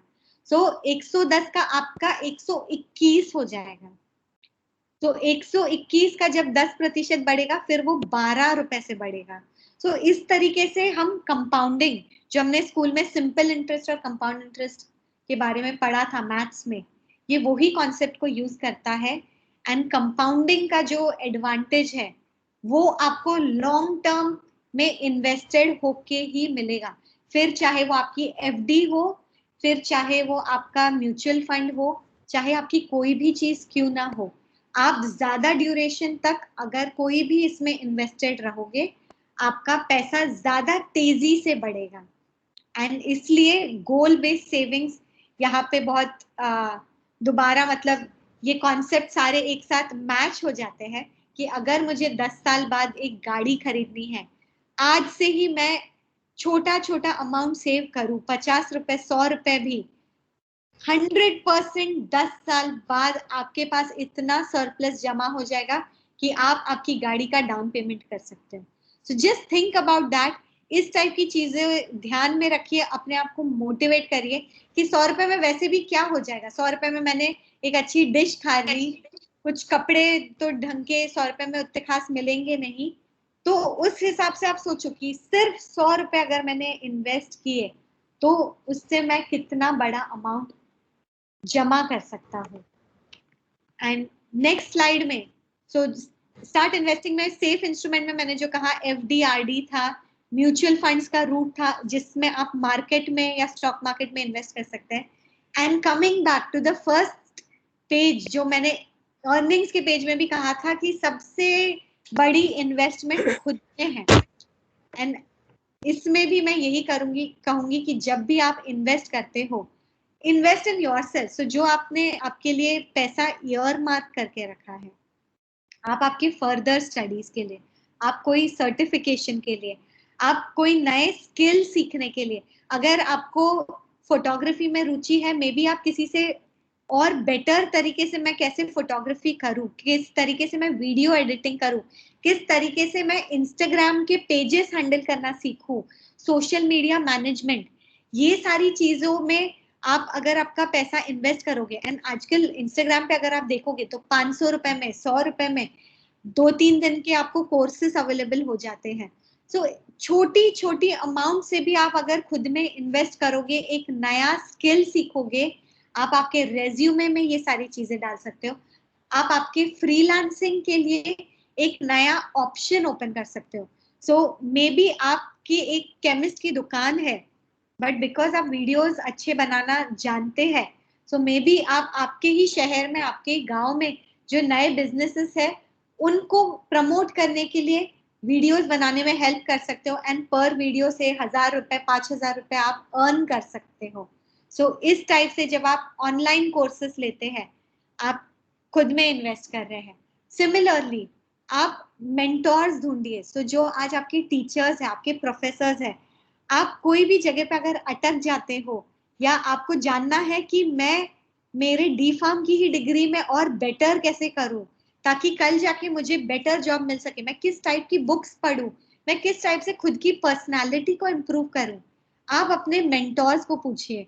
सो आपके जो कॉलेज में प्रोफेसर्स है, टीचर्स है, मैं हूँ, या ऑनलाइन, या आपके फैमिली में, आपके पहचान में कोई है जो इस फील्ड में है, जो अच्छा कर रहे हैं, आप इनको बेझिझक होके पूछिए कि मैं इस चीज पे वर्क करना चाहता हूँ, मैं किस तरीके से करूँ। सो इस तरीके से आप खुद में इन्वेस्ट कर सकते हो। सेमिनार्स, जो मैंने कहा कि इंस्टाग्राम, फेसबुक पे अगर कोर्सेस है, सेमिनार्स है, आपके इंटरेस्ट के है और आपको लगता है आपको वैल्यू ऐड करेंगे, डेफिनेटली आपको उसमें एनरोल करना चाहिए। रीड बुक्स, इससे बेटर इन्वेस्टमेंट कुछ नहीं हो सकता। फ्रैंकली आज हमारे पास ये टाइम भी अवेलेबल है क्योंकि हम सब घर पे हैं। अच्छी अच्छी किताबें हम जितना पढ़ेंगे उतना, एक तो हमारी लैंग्वेज, इंग्लिश लैंग्वेज अगर हम सोच रहे हैं वो फ्लुएंट होगी, हमारी वोकैबुलरी इंप्रूव होगी। अगर हम हिंदी मराठी में भी पढ़ रहे हैं, सो उसमें भी हमारी वोकैबुलरी ज्यादा इंप्रूव होगी। सो इंस्टेड ऑफ आपके एज ग्रुप के जो दूसरे लोग हैं, आप उनसे बेटर तरीके से आपके आइडियाज को कम्युनिकेट कर पाएंगे, आप उससे बेटर तरीके से सेम चीज को बोलने के लिए बेटर वर्ड्स यूज कर पाएंगे, जिसके कारण आपकी बातों को और सीरियसली लोग लेंगे। सो बुक्स पढ़ने के बहुत ज्यादा फायदे हैं, एंड आई एम श्योर आप बचपन से ये सुनते आ रहे हो, बट अगेन मैं कहूंगी कि खुद में जब इन्वेस्ट करना है, सो अच्छी अच्छी किताबें हमें पढ़नी चाहिए। बहुत सारे रिकमेंडेशन है, अगर कोई पर्सनली शुरू भी करना चाहता है, आज तक मैंने कोई बुक नहीं पढ़ी और अब मैं शुरू करना चाहता हूँ, तो आप मुझे भी डायरेक्टली पूछ सकते हो, एंड मैं आपको बता सकती हूँ कि क्या क्या बुक से हम स्टार्ट कर सकते हैं ताकि हम हमारी पर्सनालिटी में इम्प्रूवमेंट ला सके, ताकि हम हमारे स्किल्स इम्प्रूव कर सके। सो मोबाइल पे पढ़ सकते हो या हार्ड कॉपी बुक लेके आप पढ़ सकते हो, जैसे भी। And join groups, common interest जो रखते हैं। सो जैसे मैंने लास्ट टाइम कहा था कि लिंक्डइन पे हम हमारा प्रेजेंस बना रहे हैं। सो लिंक्डइन पे आप देखोगे कि अगर फोटोग्राफी में आप रुचि रखते हो, सो फोटोग्राफी के फ्रीलांसर्स वाला एक ग्रुप होगा, आप उसको ज्वाइन कर सकते हो। फेसबुक पे ऐसे ग्रुप्स अवेलेबल है, इंस्टाग्राम पे इस टाइप की बहुत सारी कम्युनिटीज है। इन सब कम्युनिटीज को ज्वाइन करके लाइक माइंडेड लोगों से मिलके उनकी आइडियाज देख के आप खुद इंस्पायर हो सकते हो, एंड आप इस तरीके से अपने स्किल को भी और सुधार सकते हो और एनहांस कर सकते हो। सो अगर आपका कोई बिजनेस है, फॉर एग्जाम्पल जैसे मैंने एंटरप्रेन्योरशिप में बोला था कि कुकी शॉप है मेरी, सो मैं सिमिलरली स्मॉल बिजनेसेस का अगर ग्रुप देखूं तो मैं जान सकती हूँ कि लोग इंस्टाग्राम पे अपने आप को कैसे प्रमोट करते हैं। बिना पैसा खर्चा किए मैं इंस्टाग्राम पे खुद को किस तरीके से प्रमोट कर सकती हूँ, वो मैं जान सकती हूँ। या तो अगर मैं ट्रेनर हूँ, मैं दूसरे ट्रेनर्स के साथ अगर ज्वाइन करूँ तो समझ सकती हूँ कि आजकल क्या ट्रेनिंग्स ट्रेंडिंग है, क्या इम्पोर्टेंट है, लोग किस डायरेक्शन में ज्यादा जा रहे हैं। सो इससे instead of single person doing lot of research, आपको कलेक्टिव विजडम मिलेगी जो दूसरे लोगों के एक्सपीरियंस से, जो दूसरे लोगों की बातचीत से आपको मिलेगी. सो ये आपका पॉइंट है जो मैं जॉइन ग्रुप्स में कहना चाहती हूँ. एंड फाइनली ट्राई, नई नई चीजें ट्राई करते रहो.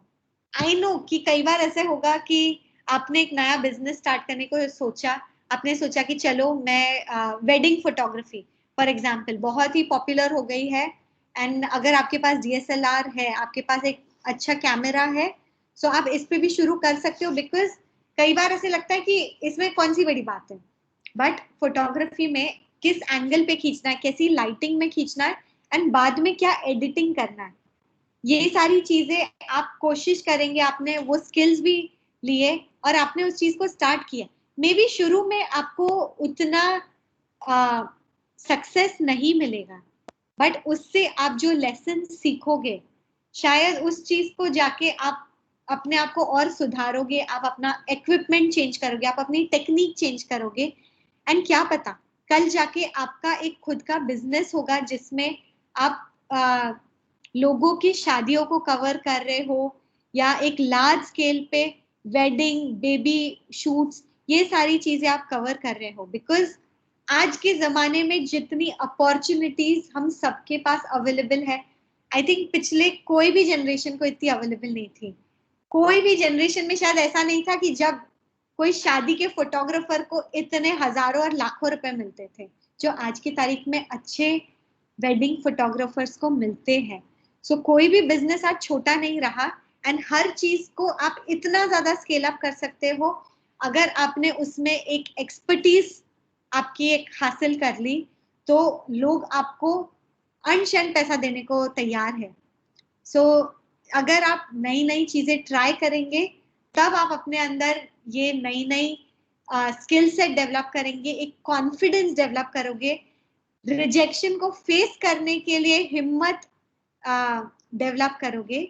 सो सबसे इम्पोर्टेंट इन्वेस्टमेंट अगर आप करना चाहते हो, that has to be in yourself. And इसी के साथ आज का दिन खत्म होता है. एंड अभी अगर कोई कुछ और पूछना चाहता है, आज के दिन में हमने जो चीजें कवर की, कहीं पे कुछ डाउट्स है, कोई क्लैरिफिकेशन किसी को चाहिए, तो प्लीज मुझे बता सकते हैं. Hello ma'am. यस, बोलिए. मैम मुझे FD और RD के बारे में बताइए. ओके, FD RD के बारे में क्या बताओ एक्स्ट्रा? कि क्या है? तो ये तो मैंने पहले ही कवर किया ना. ठीक है, मैं दोबारा बताती हूँ. FD और RD, तो सेविंग्स अकाउंट तो आई थिंक हम सब जानते हैं कि सेविंग्स अकाउंट बचत खाता है. जनरली 4% के हिसाब से उसमें हमें रिटर्न्स मिलते हैं. FD जो है फिक्स डिपॉजिट. फिक्स डिपॉजिट यानी आपने आपका एक धनराशि बैंक में जमा की है जो एक फिक्स्ड टाइम के लिए लॉक हो जाएगी. सो आप जब बैंक में जाते हो कि मुझे एक FD ओपन करनी है, वो आपको सबसे पहले पूछेंगे कितना पैसा जमा करना है और कितने ड्यूरेशन के लिए पैसा जमा करना है. सो उस ड्यूरेशन में आपको वो एक बैंक में जब आप जाते हो ना, एक वो चार्ट दिखता है, up to 28 days, up to 500 days, up to 365 days. तो उसका मतलब है कि इतने दिन तक आपका पैसा ब्लॉक हो जाएगा, और जितना आपका वो टाइम पीरियड है उस हिसाब से उसी के बाजू में आपका इंटरेस्ट रेट पर एनम दिया गया रहता है. सो जनरली अगर आप 1 साल के लिए FD बुक करते हो, सो आज के तारीख में शायद 6.5% रेट के हिसाब से आपको पैसे मिलेंगे 1 साल के बाद. सो अगर आपने 100 रुपए डाले FD में, तो कल 1 साल के बाद आपको मिलेंगे 106 रुपए उसके. सो ये FD कहलाता है. एंड वही पैसे 100 रुपए अगर आपने आपके सेविंग्स में रखे होते, तो 1 साल के बाद आपको 104 रुपए मिलते.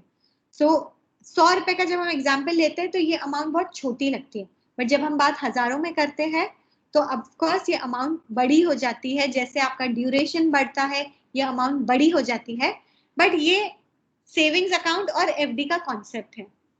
ओके, अब रिकरिंग डिपॉजिट RD जो है, ये इन दोनों के बीच में एक ऑप्शन है जो हम सबके लिए अवेलेबल है। तो रिकरिंग डिपॉजिट, सेविंग्स और एफडी का मिक्सचर है। कैसे? रिकरिंग डिपॉजिट में आप एक फिक्स्ड अमाउंट हर महीने आपके रिकरिंग डिपॉजिट में डालते जाते हैं। सो ये आप आपके बैंक के साथ मिलके तय करते हैं। तो फॉर एग्जांपल मैंने सोचा कि मुझे हर महीने 100 रुपए आरडी में डालने हैं, 50 रुपए 500 रुपए आरडी में डालने हैं। तो आपके सेविंग्स अकाउंट से हर महीने 500 रुपीज कट हो के आरडी में जमा होते जाएंगे।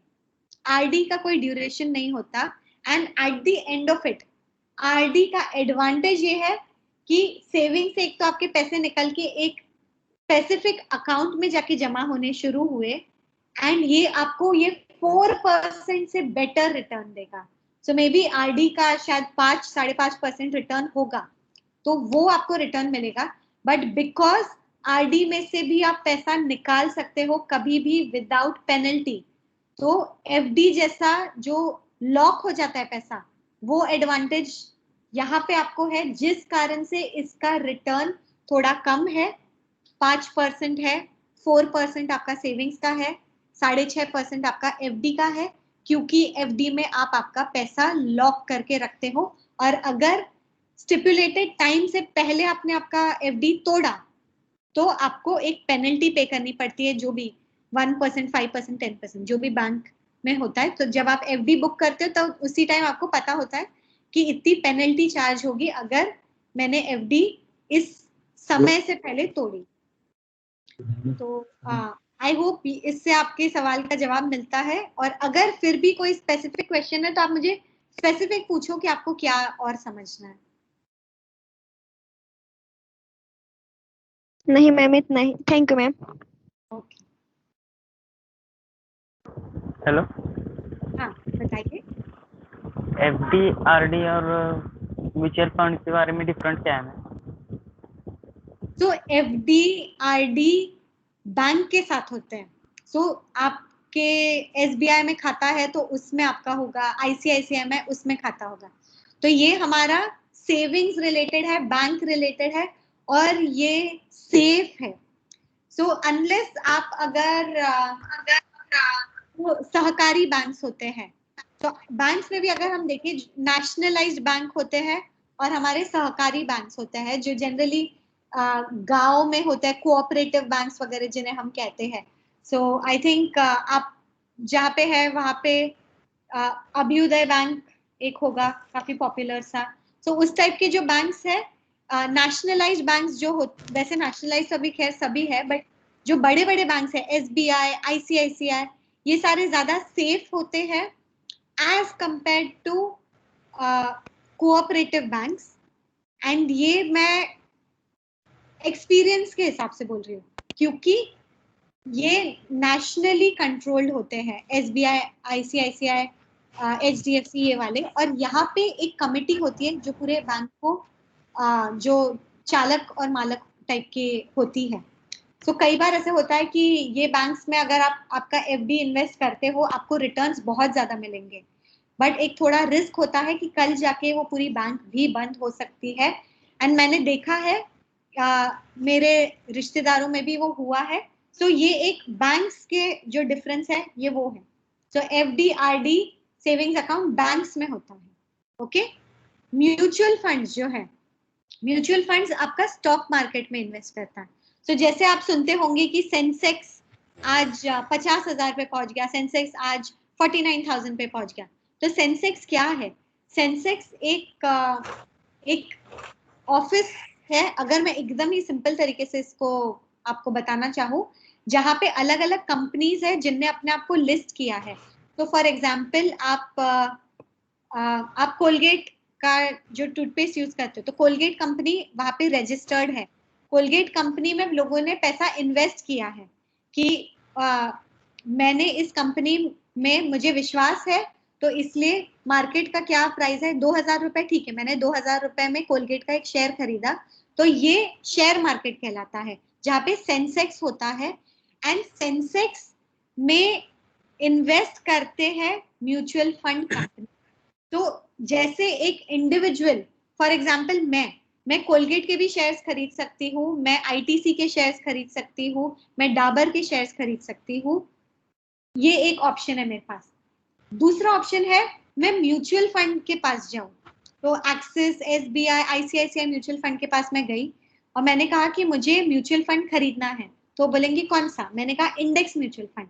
तो इंडेक्स म्यूचुअल फंड क्या करेगा, इंस्टेड ऑफ एक शेयर खरीदना, वो सबके पैसे जमा करता है, क्योंकि उनके पास हजारों लाखों लोग आते हैं जो अपना छोटा छोटा 100 रुपए, 500 रुपए, 1000 रुपए जमा करते हैं। वो इस बड़ी सी धनराशि जो 1 लाख रुपए हो गए, 10 लाख, 1 करोड़ रुपए हो गए, इस बड़ी सी धनराशि को वो एक साथ फिर शेयर मार्केट में इन्वेस्ट करते हैं, क्योंकि इसको जो मैनेज करता है फंड मैनेजर, वो इसके बारे में बहुत नॉलेज रखता है। उसने इसमें अपना स्किल सेट डेवलप किया, वो इसका एक्सपर्ट है, वो अपने नॉलेज के हिसाब से शेयर मार्केट में इन्वेस्ट करता है। मुझे लगता है कि आज जो करंट सिचुएशन है, फॉर एग्जांपल कोविड का जो सिचुएशन है, इसके कारण मुझे लगता है कि फार्मेसी के शेयर्स बढ़ जाएंगे या इम्यूनिटी, सो डाबर और ये सारे के शेयर्स बढ़ेंगे। तो इस हिसाब से वो एक सोच के साथ, एक कैलकुलेटेड रिस्क लेके, अपनी स्टडी से, अपनी रिसर्च से पैसा इन्वेस्ट करता है।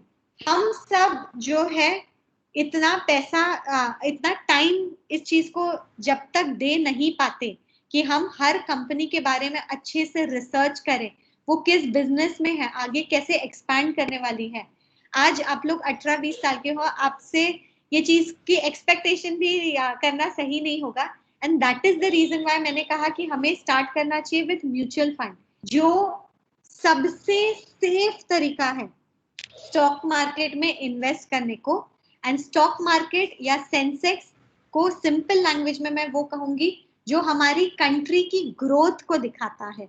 सो जैसे मैंने पहले भी कहा, अगर आप देखेंगे कि 5 साल पहले या 10 साल पहले शेयर मार्केट अगर 19,000 पे था और आज अगर 50,000 पे आ गया है, सो वो टाइम पे अगर जो 20,000 से 50,000 हुआ है, अगर उस समय आपने 10,000 रुपए इन्वेस्ट किए होते, तो आज में भी वो 22,000 या 25,000 हो गए होते, जो आपको इंडेक्स म्यूचुअल फंड के थ्रू इस ग्रोथ में पार्टिसिपेट करने का अपॉर्चुनिटी मिल सकता है। सो ये है म्यूचुअल फंड्स। तो इससे आपका डाउट क्लियर होता है? Yes ma'am, thanks. Okay, okay, बहुत अच्छा हो गया मैडम। काफ़ी सारी इंफॉर्मेशन हमारे बच्चों को मिली है, हमें भी मिली है, और बहुत अच्छा प्रेजेंटेशन था आपका। आवाज़ आ रहा है मेरा? Yes sir. बहुत अच्छा हो गया, थैंक यू वेरी मच। और किसी को कुछ पूछना है? Faculty, staff, students? Overall session बहुत अच्छा था, और उसमें एक गोल वाइज जो अपना इन्वेस्टमेंट है वो भी बहुत अच्छा स्लाइड था। सभी स्लाइड्स बहुत अच्छे थे, काफ़ी अच्छा प्रेजेंटेशन हुआ। सभी बच्चों को कैसा लगा शेयर कर सकते हैं आप? हेलो स्टूडेंट्स, कुछ नहीं तो आप चैट विंडो पे भी डाल सकते हो स्टूडेंट्स। हाँ, बोल भी सकते हैं आप। इससे ना मुझे भी थोड़ा अच्छा लगता है कि आपको चीजें समझ में आई और मेरा काम अच्छे से हुआ। स्टूडेंट्स को रिक्वेस्ट है कि आप अनम्यूट करके आप बोल सकते हैं कि कैसा हुआ सेशन. सर लोक पण सांगू शकतात. बहुत अच्छा हुआ सर. हाँ, अच्छा हुआ सर. एकदम व्यवस्थित सर. कोण आहे हे? माने. माने सर व्यवस्थित. कॉमर्सचे पण चांगले आरडी झालं, एफडी झालं, कॉमर्स मधल्या चांगल्या कन्सेप्ट पण व्यवस्थित पैकी समजून सांगितल्यात. ओके, थँक्यू माने सर, थँक्यू. तुम्हाला नॉलेज आहे याच्यातलं बरंच. हो हो. छान छान, व्हेरी गुड. और एक्चुअली ये सेशन का आई थिंक इम्पोर्टेंस इसलिए भी है कि कई बार हमें लगता है कि पैसे कमा तो लिए बट उसको हम किस तरीके से बचाएं। हाँ ठीक, कमाने की मुझे तरीका समझ गया, शायद स्कूल कॉलेज लाइफ एक्सपीरियंस से वो सारी चीजें आ गई, बट उस पैसे जो आपने कमाया है अपने बदौलत अपनी मेहनत से, उसको आपने अगर बढ़ाया नहीं और उसका नाश हो गया, तो आई थिंक वो एक रिग्रेट है जो हमेशा रह जाता है, और फिर उसके कारण कई बार हम सोचने लगते हैं कि ये चीज खराब है और यू नो पैसा एक बुरी चीज है, एंड इससे हाथ जल गए मेरे, या मेरे मम्मी पापा ने मार्केट में पैसा डाल के बहुत पैसा डुबा दिया। सो कई बार ऐसी चीजें हो जाती है कि जस्ट बिकॉज हम हमारे नियर बाय लोगों में, हमारे परिजनों में किसी के कोई बुरा अगर एक्सपीरियंस रहता है, तो हमें लगने लगता है कि ये चीज तो बहुत खराब है और मुझे इसके बारे में सुनना भी नहीं है। अच्छा, इन्वेस्ट करना तो बहुत दूर की बात है, बट मैं इसके बारे में सुनना भी नहीं चाहता बिकॉज ये पैसे को नाश करने के जैसा हो गया। बट ऐसा नहीं है, अगर हम इसके ऊपर थोड़ा अपना नॉलेज बढ़ाएं, क्योंकि देखो आप उसमें इन्वेस्ट नहीं कर रहे हो, दूसरे लोग कर रहे हैं, दूसरे लोग उसमें पैसा कमा भी रहे हैं, और फिर जब दूसरे लोग पैसा कमाते तो हमें लगता है लकी था यार वो, तो उसको तो पता नहीं कैसे सही समय पे भगवान उसके साथ है। ये होता है, ये बहुत ही कॉमन सा स्टेटमेंट है जो मैं सुनती हूँ, यू नो, इवन आज भी जब मैं सिटी बैंक में नहीं हूँ कि वो लकी है या उसको किसी ने टिप दी होगी, बट ऐसा नहीं है। हम हमारे पैसे के साथ क्या करते हैं ये हमारी रिस्पॉन्सिबिलिटी है। अगर हम सोचेंगे किसी एजेंट पे छोड़ दे, तो फिर तो एजेंट तो पैसा कमाने के लिए बैठा है। अपने पैसे की रिस्पॉन्सिबिलिटी खुद लेना बहुत जरूरी है, एंड स्पेशली यंगस्टर्स, क्योंकि कल जाके आप आपका पहला पैसा कमाने वाले हो। आज ही अगर आप अपना माइंडसेट इस बारे में अगर क्लियर कर दो कि आपका पैसा आपकी जिम्मेदारी है, उसको बढ़ाना आपकी जिम्मेदारी है, तो आई थिंक इससे बेटर कुछ नहीं हो सकता, क्योंकि अप्स एंड डाउन्स आएंगे ही, बट वो डाउन्स में अगर आपका पैसा आपके काम आएगा या आपका इन्वेस्टमेंट आपके काम आएगा, तो लाइफ की काफी सारी तकलीफें कम हो सकती हैं। बहुत अच्छा है मैडम। हमारे कई सारे दोस्त हैं कि जो मार्केट में इन्वेस्ट करते थे और बहुत सारे डूब भी गए हैं, तो इसके वजह से ये बहुत सेंसिटिव सब्जेक्ट है। इसके लिए कोच इम्पोर्टेंट, बहुत जरूरी है। कोच जो है, मेंटोर, तो वो म्यूचुअल फंड में अगर इन्वेस्ट करना है सपोज हमारे जैसे कई लोगों को, तो उसको हमको कैसे स्टार्ट करना पड़ेगा, कौन से ग्रुप को ज्वाइन करना पड़ेगा, क्या करना पड़ेगा? तो अगेन आप कितना, पहले तो खुद समझिए कि आप किस टाइप के कॉन्फिडेंस रखते हैं। सो अगर म्यूचुअल फंड में स्टार्ट करना है, मैं तो सबसे सिंपल सबसे लो रिस्क वाला चीज हमेशा कहती हूँ, इंडेक्स फंड से आप स्टार्ट करो। इंडेक्स फंड से पर मैं इन्वेस्ट कैसे करूं, आपके या तो आप बैंक के थ्रू, जो भी आपका बैंक है वहां पे आप जाके अगर पूछेंगे कि मुझे इन्वेस्टमेंट शुरू करना है म्यूचुअल फंड में, तो मैं किस तरीके से स्टार्ट करूं, आपको आपका बैंक हेल्प कर सकता है। पहला ऑप्शन आपका बैंक है जो आपको हेल्प कर सकता है। दूसरा ऑप्शन एजेंट्स होते हैं।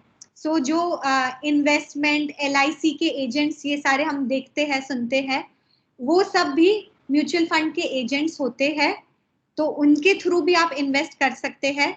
अगेन एजेंट्स के साथ दो चीजें आपको ध्यान रखनी है। पहला है कि वो आपको क्या कमीशन चार्ज करते हैं।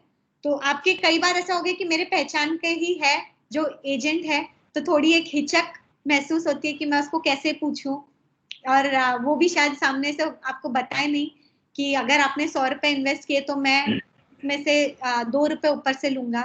तो पहले ही ये सारी चीजें क्लियर करना बहुत जरूरी है कि आपका एजेंट पहली बात क्या आपको कुछ कमीशन चार्ज करेगा या नहीं करेगा। कई सारे एजेंट्स होते हैं जो कुछ भी कमीशन चार्ज नहीं करते म्यूचुअल फंड पे, रीजन बीइंग उनको कंपनी से कमीशन मिलता है आपका पैसा इन्वेस्ट करने के लिए। सो अगेन ये भी एक बहुत इंपॉर्टेंट चीज है जो एज अ न्यू इन्वेस्टर हम शायद नहीं जानते हैं, but as a relationship manager मैं आपको बताती हूँ कि एजेंट्स जो है उनको पैसा कंपनीज, एक्सिस फंड में अगर मैंने पैसा डाला तो मुझे एक्सिस फंड से पैसा और कमीशन मिलता है। तो इसलिए कई सारे एजेंट्स होते हैं जो म्यूचुअल फंड पे कुछ भी पैसा चार्ज नहीं करते। तो आप जब भी नेगोशिएट आपके एजेंट के साथ करना चाहो, और अगर वो बोले कि मैं आपको 2% चार्ज करूं या 1% चार्ज करूं, तो आप उनको क्लियरली ये बोल सकते हो कि बट आपको तो आपके कंपनी से मेरे म्यूचुअल फंड इन्वेस्टमेंट में आपको कमीशन मिलेगा ना, तो फिर शायद वो खुद ही आपकी बात मान जाए और आपको कुछ भी चार्ज नहीं करे। सेकेंड ऑप्शन ये एजेंट्स का था। थर्ड ऑप्शन जो है, आप खुद ऑनलाइन इन्वेस्ट कर सकते हो। Yes, it is that simple. And online आजकल ऐसी वेबसाइट्स है जो आपको कुछ भी पैसा चार्ज नहीं करती, जहां पे आपका जो केवाईसी, आपको सिर्फ पैन कार्ड चाहिए, एड्रेस प्रूफ चाहिए, फोटोग्राफ चाहिए, ये चीजों के थ्रू आप ऑनलाइन अप्लाई करोगे एंड आपका म्यूचुअल फंड का अकाउंट आप क्रिएट कर सकते हो। इसके 2 एग्जांपल्स मैं देती हूँ। फंड्स इंडिया एक बहुत ही पॉपुलर कंपनी है जिसमें मैं पर्सनली अपना म्यूचुअल फंड इन्वेस्ट करती हूँ। तो फंड्स इंडिया में आप इन्वेस्ट कर सकते हो। दूसरी कंपनी है ग्रो, GROWW। सो ये भी एक और कंपनी है जिसके थ्रू आप आपका इन्वेस्टमेंट कर सकते हो। ये आपको कुछ भी पैसा अपफ्रंट चार्ज नहीं करेगी म्यूचुअल फंड्स पे, बट आपके म्यूचुअल फंड के इन्वेस्टमेंट पे जो कमीशन इनको कंपनी से मिलता है, ये उसके हिसाब से अपना पैसा बनाती है।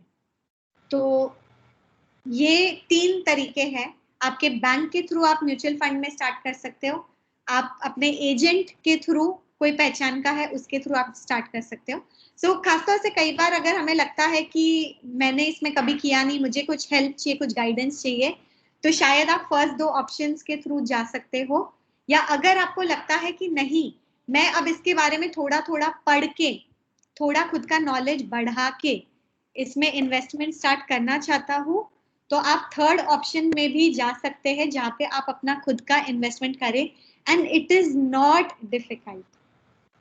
मैंने मेरे फर्स्ट जॉब में खुद से ही अकाउंट ऑफ कोर्स जब बनाया था तो डर लगा था, बट अब जब मैं आप सबको बता सकती हूँ कि वो टाइम पे शायद मुझे किसी ने गाइड नहीं किया था। मेरे फ्रेंड्स में मैं पहली थी जिसने अकाउंट ओपन ऑनलाइन किया था, जिसने म्यूचुअल फंड में ऑनलाइन इन्वेस्ट किया था, इसलिए मुझे डर लगा था।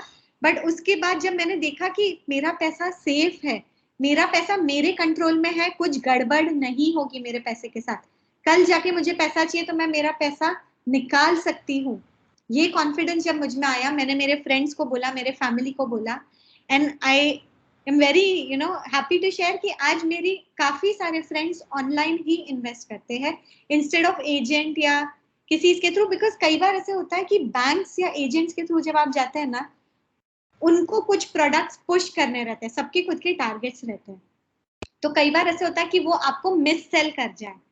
तो आप बोलो कि मुझे इंडेक्स फंड में पैसा डालना है, बट वो आपको बोले कि नहीं, आप है ना इसमें मत डालो, मैं आपको बताता हूँ, एक इस फंड में डालना, इसमें तो गारंटीड आपका पैसा काफी अच्छा बढ़ेगा, इंडेक्स फंड से तो बेटर बढ़ेगा।